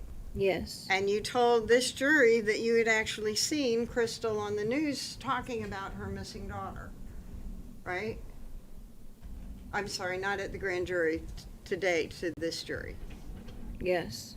And when, in light of that, when Adam said, "I took her to her mother," do you remember being asked at that point again, did it make you wonder what really happened to Harmony? And you said, yeah, it did, right? Yes. And do you recall being asked if you were scared for Harmony at that point? Yes. Telling the grand jurors that you were scared for her. Yes. And you were telling the grand jurors this at a time that you knew that she was dead. Yes. And you insisted you didn't know what happened to her, right? Right. Now, these are several more lies that you've told the grand jury, right? Right. And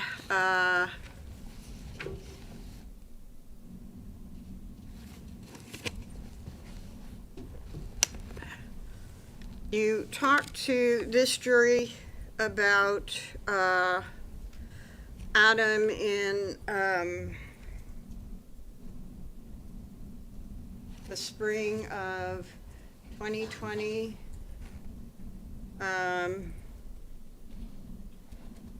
Accusing you of things and punching you.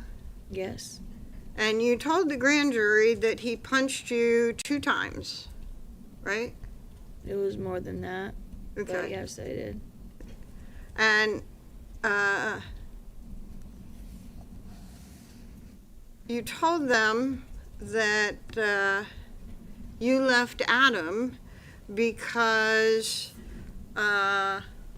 you saw abuse as a kid and you didn't want your kids surrounded by that stuff. Yes.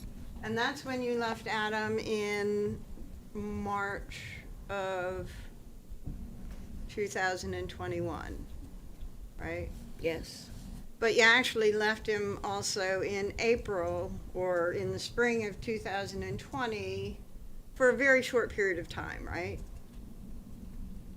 I don't remember that. You don't recall leaving with the kids for a couple of times in the spring of 2020? No. Okay. Because the spring in 2020 is when you started talking about the first time that Adam started thinking weird things were happening, right?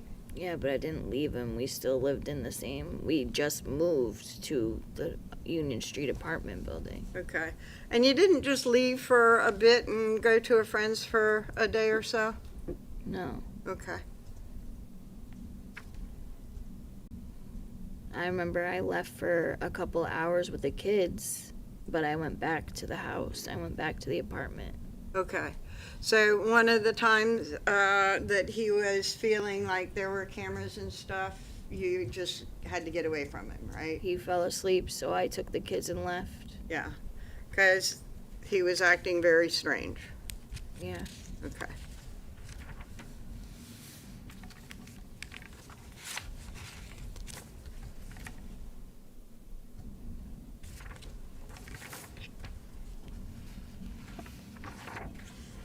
I think I'm going to move on from the grand jury testimony for now. Take that back away from you if you'd like. Thank you.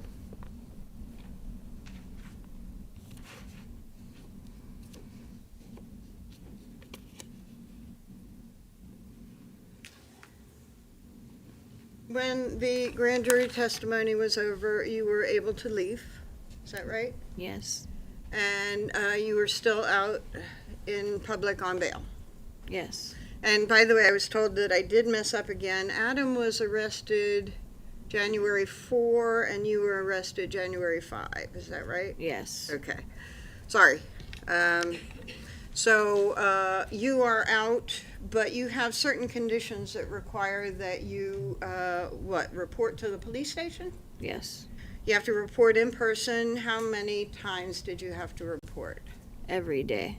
Every day you had to come to the police station so that they would know that you were around, right? Yes. And so you were doing that before the grand jury, right? Yes. And you were doing it after the grand jury. Yes. And every day you're at the police station.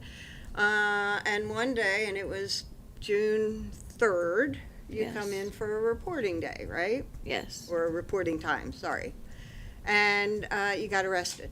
Yes. And you kind of knew that that might happen because you knew that you had lied to the grand jury, right? Yes. And you got arrested for 2 charges of perjury before the grand jury, right? Yes. And it was about your shift at Dunkin' Donuts, Yes. and it was about the location of Dunkin' Donuts. Yes. And we talk about a whole lot more lies that you told the grand jury, right? Yes. And you didn't get arrested for any of those lies, right? Right. And probably talked about more than 20 lies that you told the grand jury, Yes. maybe more. Yes. And you got 2 charges for lying to the grand jury, right? Yes. Now, before testifying in front of the grand jury, you had some other prior convictions, right? Yes. One was for false information to a police officer, Yes. and one was for altering a prescription drug. Yes. And you got incarcerated on that one on a probation violation in 2013 Yes. and got out in 2014. Yes. And it was sometime after that that you and Adam got together. Yes. And you were together but got married in 2017. Yes. And you got married on Harmony's birthday. Yes. And that was intentional, right? It wasn't supposed to be on her birthday. Okay. We were getting married before our son was born, and he came 3 weeks early, and he ended up being born the day before Harmony's birthday. And we were planning a baby shower wedding that Sunday, and we ended up having the JP come to our house and marry us while I was in the middle of contractions, and then we had the baby. And that was, you did it during the shower because friends and loved ones had been there too. Yeah, that's what we were supposed to do, but we didn't get to. Okay. And when you went to the grand jury, you were also facing other felonies at the time, right? Yes. At the time, Yeah. that was confusing. On May 20th, when you went to the grand jury, you had some felonies that you had been charged with but had not been resolved. Yes. And two of them were for receiving stolen property, Yes. and one of them was a theft by deception. Yes. And although you got charged for them, they were dismissed as a part of the agreement that you reached with the state, right? And when you were out on bail, on the 3rd, they held you for a few days, right? Yes. And you got rebailed for those perjury convictions, right? Yes. So the day that you came in, they had to arrest you and book you, and you had to go to jail, and eventually, 3 or 4 days later, you were able to get out on bail. Yes. Same bail conditions as before, Yes. no changes. No. And you were supposed to be of good behavior, Yes. and you were supposed to be drug and alcohol free, Yes. and you got rearrested. You were supposed to remain arrest free too, right? Yes. And you got rearrested, right? Yes, because I missed court. Pardon? I missed court, so I got arrested. They found you and arrested you on a capias for missing court, but you also got charged with prescription drugs. Yes. And that case went away as well on the day of your plea to the perjury indictments, Yes. right?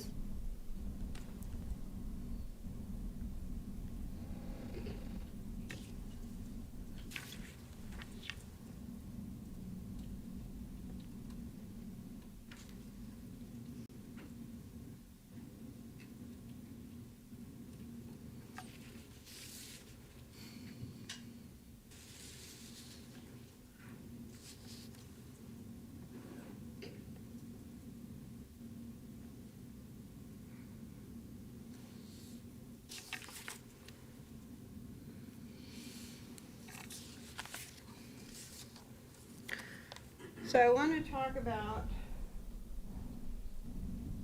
June 3rd and your interview with the police.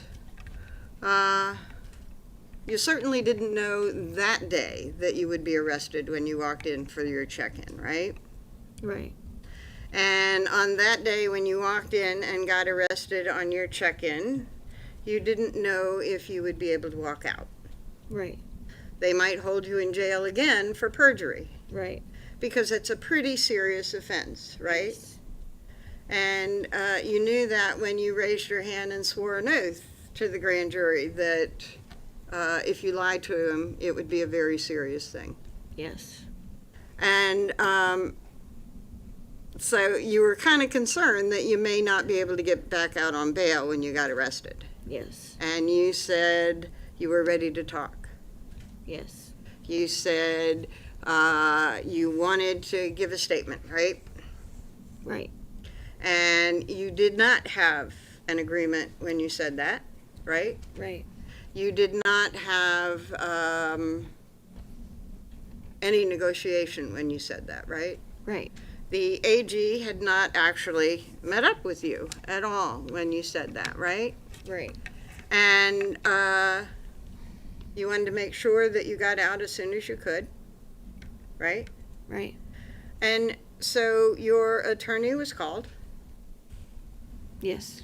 and there was a sort of agreement reached before you gave your statement, right? Right. And you didn't get immunity for crimes, right? Right. And you didn't get future immunity for any crimes that you might commit. Right. But you did get an agreement that whatever you said that day couldn't be used against you. Right. And that they would look at what you said that day, and if they wanted to use it, then you might be able to reach an agreement. Right. And so that wasn't the immunity from everything that you had wanted, right? Right. That wasn't the no time deal that you had wanted, right? Right. That wasn't the ankle monitor that you had wanted, right? Right. And there was certainly no guarantee or conversation about you and your future life with your children. Right. But you knew they had you solid on the perjury, right? Right. You were never getting around that one, right? Right. And so you decided that this would probably be the best that you could do to get as few consequences for your actions as possible. Yes. Are you okay? My head hurts. I'm like having a migraine.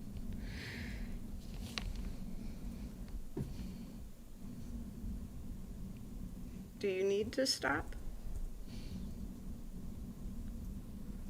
May we approach, Your Honor? Yes.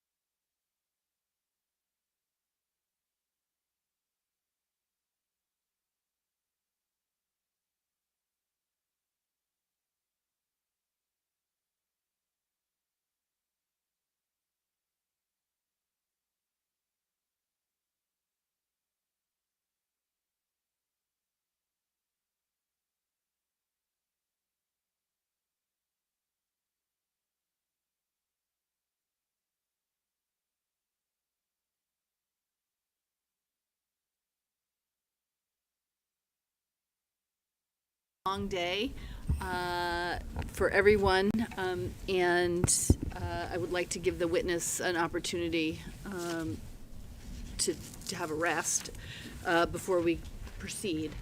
So what I'm going to do is, we're going to stop for the day today. I know I had said to you that I thought we would go until 4, but I think it makes sense for us to stop for the day. So we're going to end now. You're going to come back at 8:45 on Monday morning. I cannot say to you strongly enough how important it is for you to avoid all media this weekend. Please avoid all media this weekend.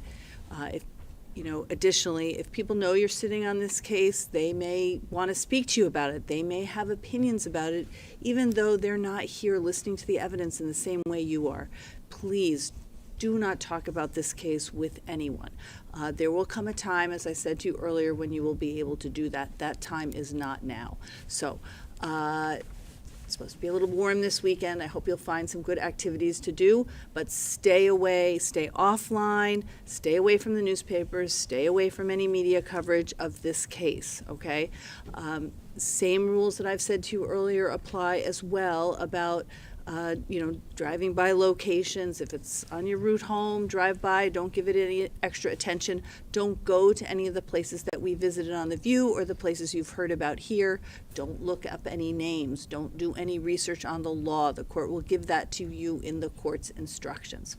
I remind you that if in your comings and goings you see any of the witnesses or any of the parties that are involved in this case, they have been instructed not to speak with you, and you're instructed not to speak with them, so they are not being rude if they don't acknowledge your presence.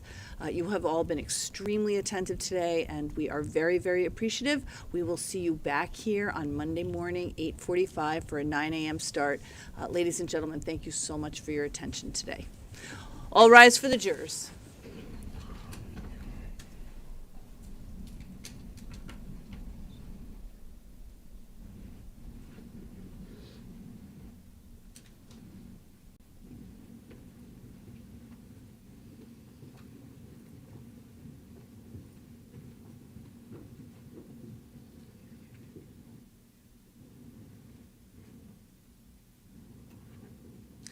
Attorney Garrity, could you approach for just a minute? You may be seated.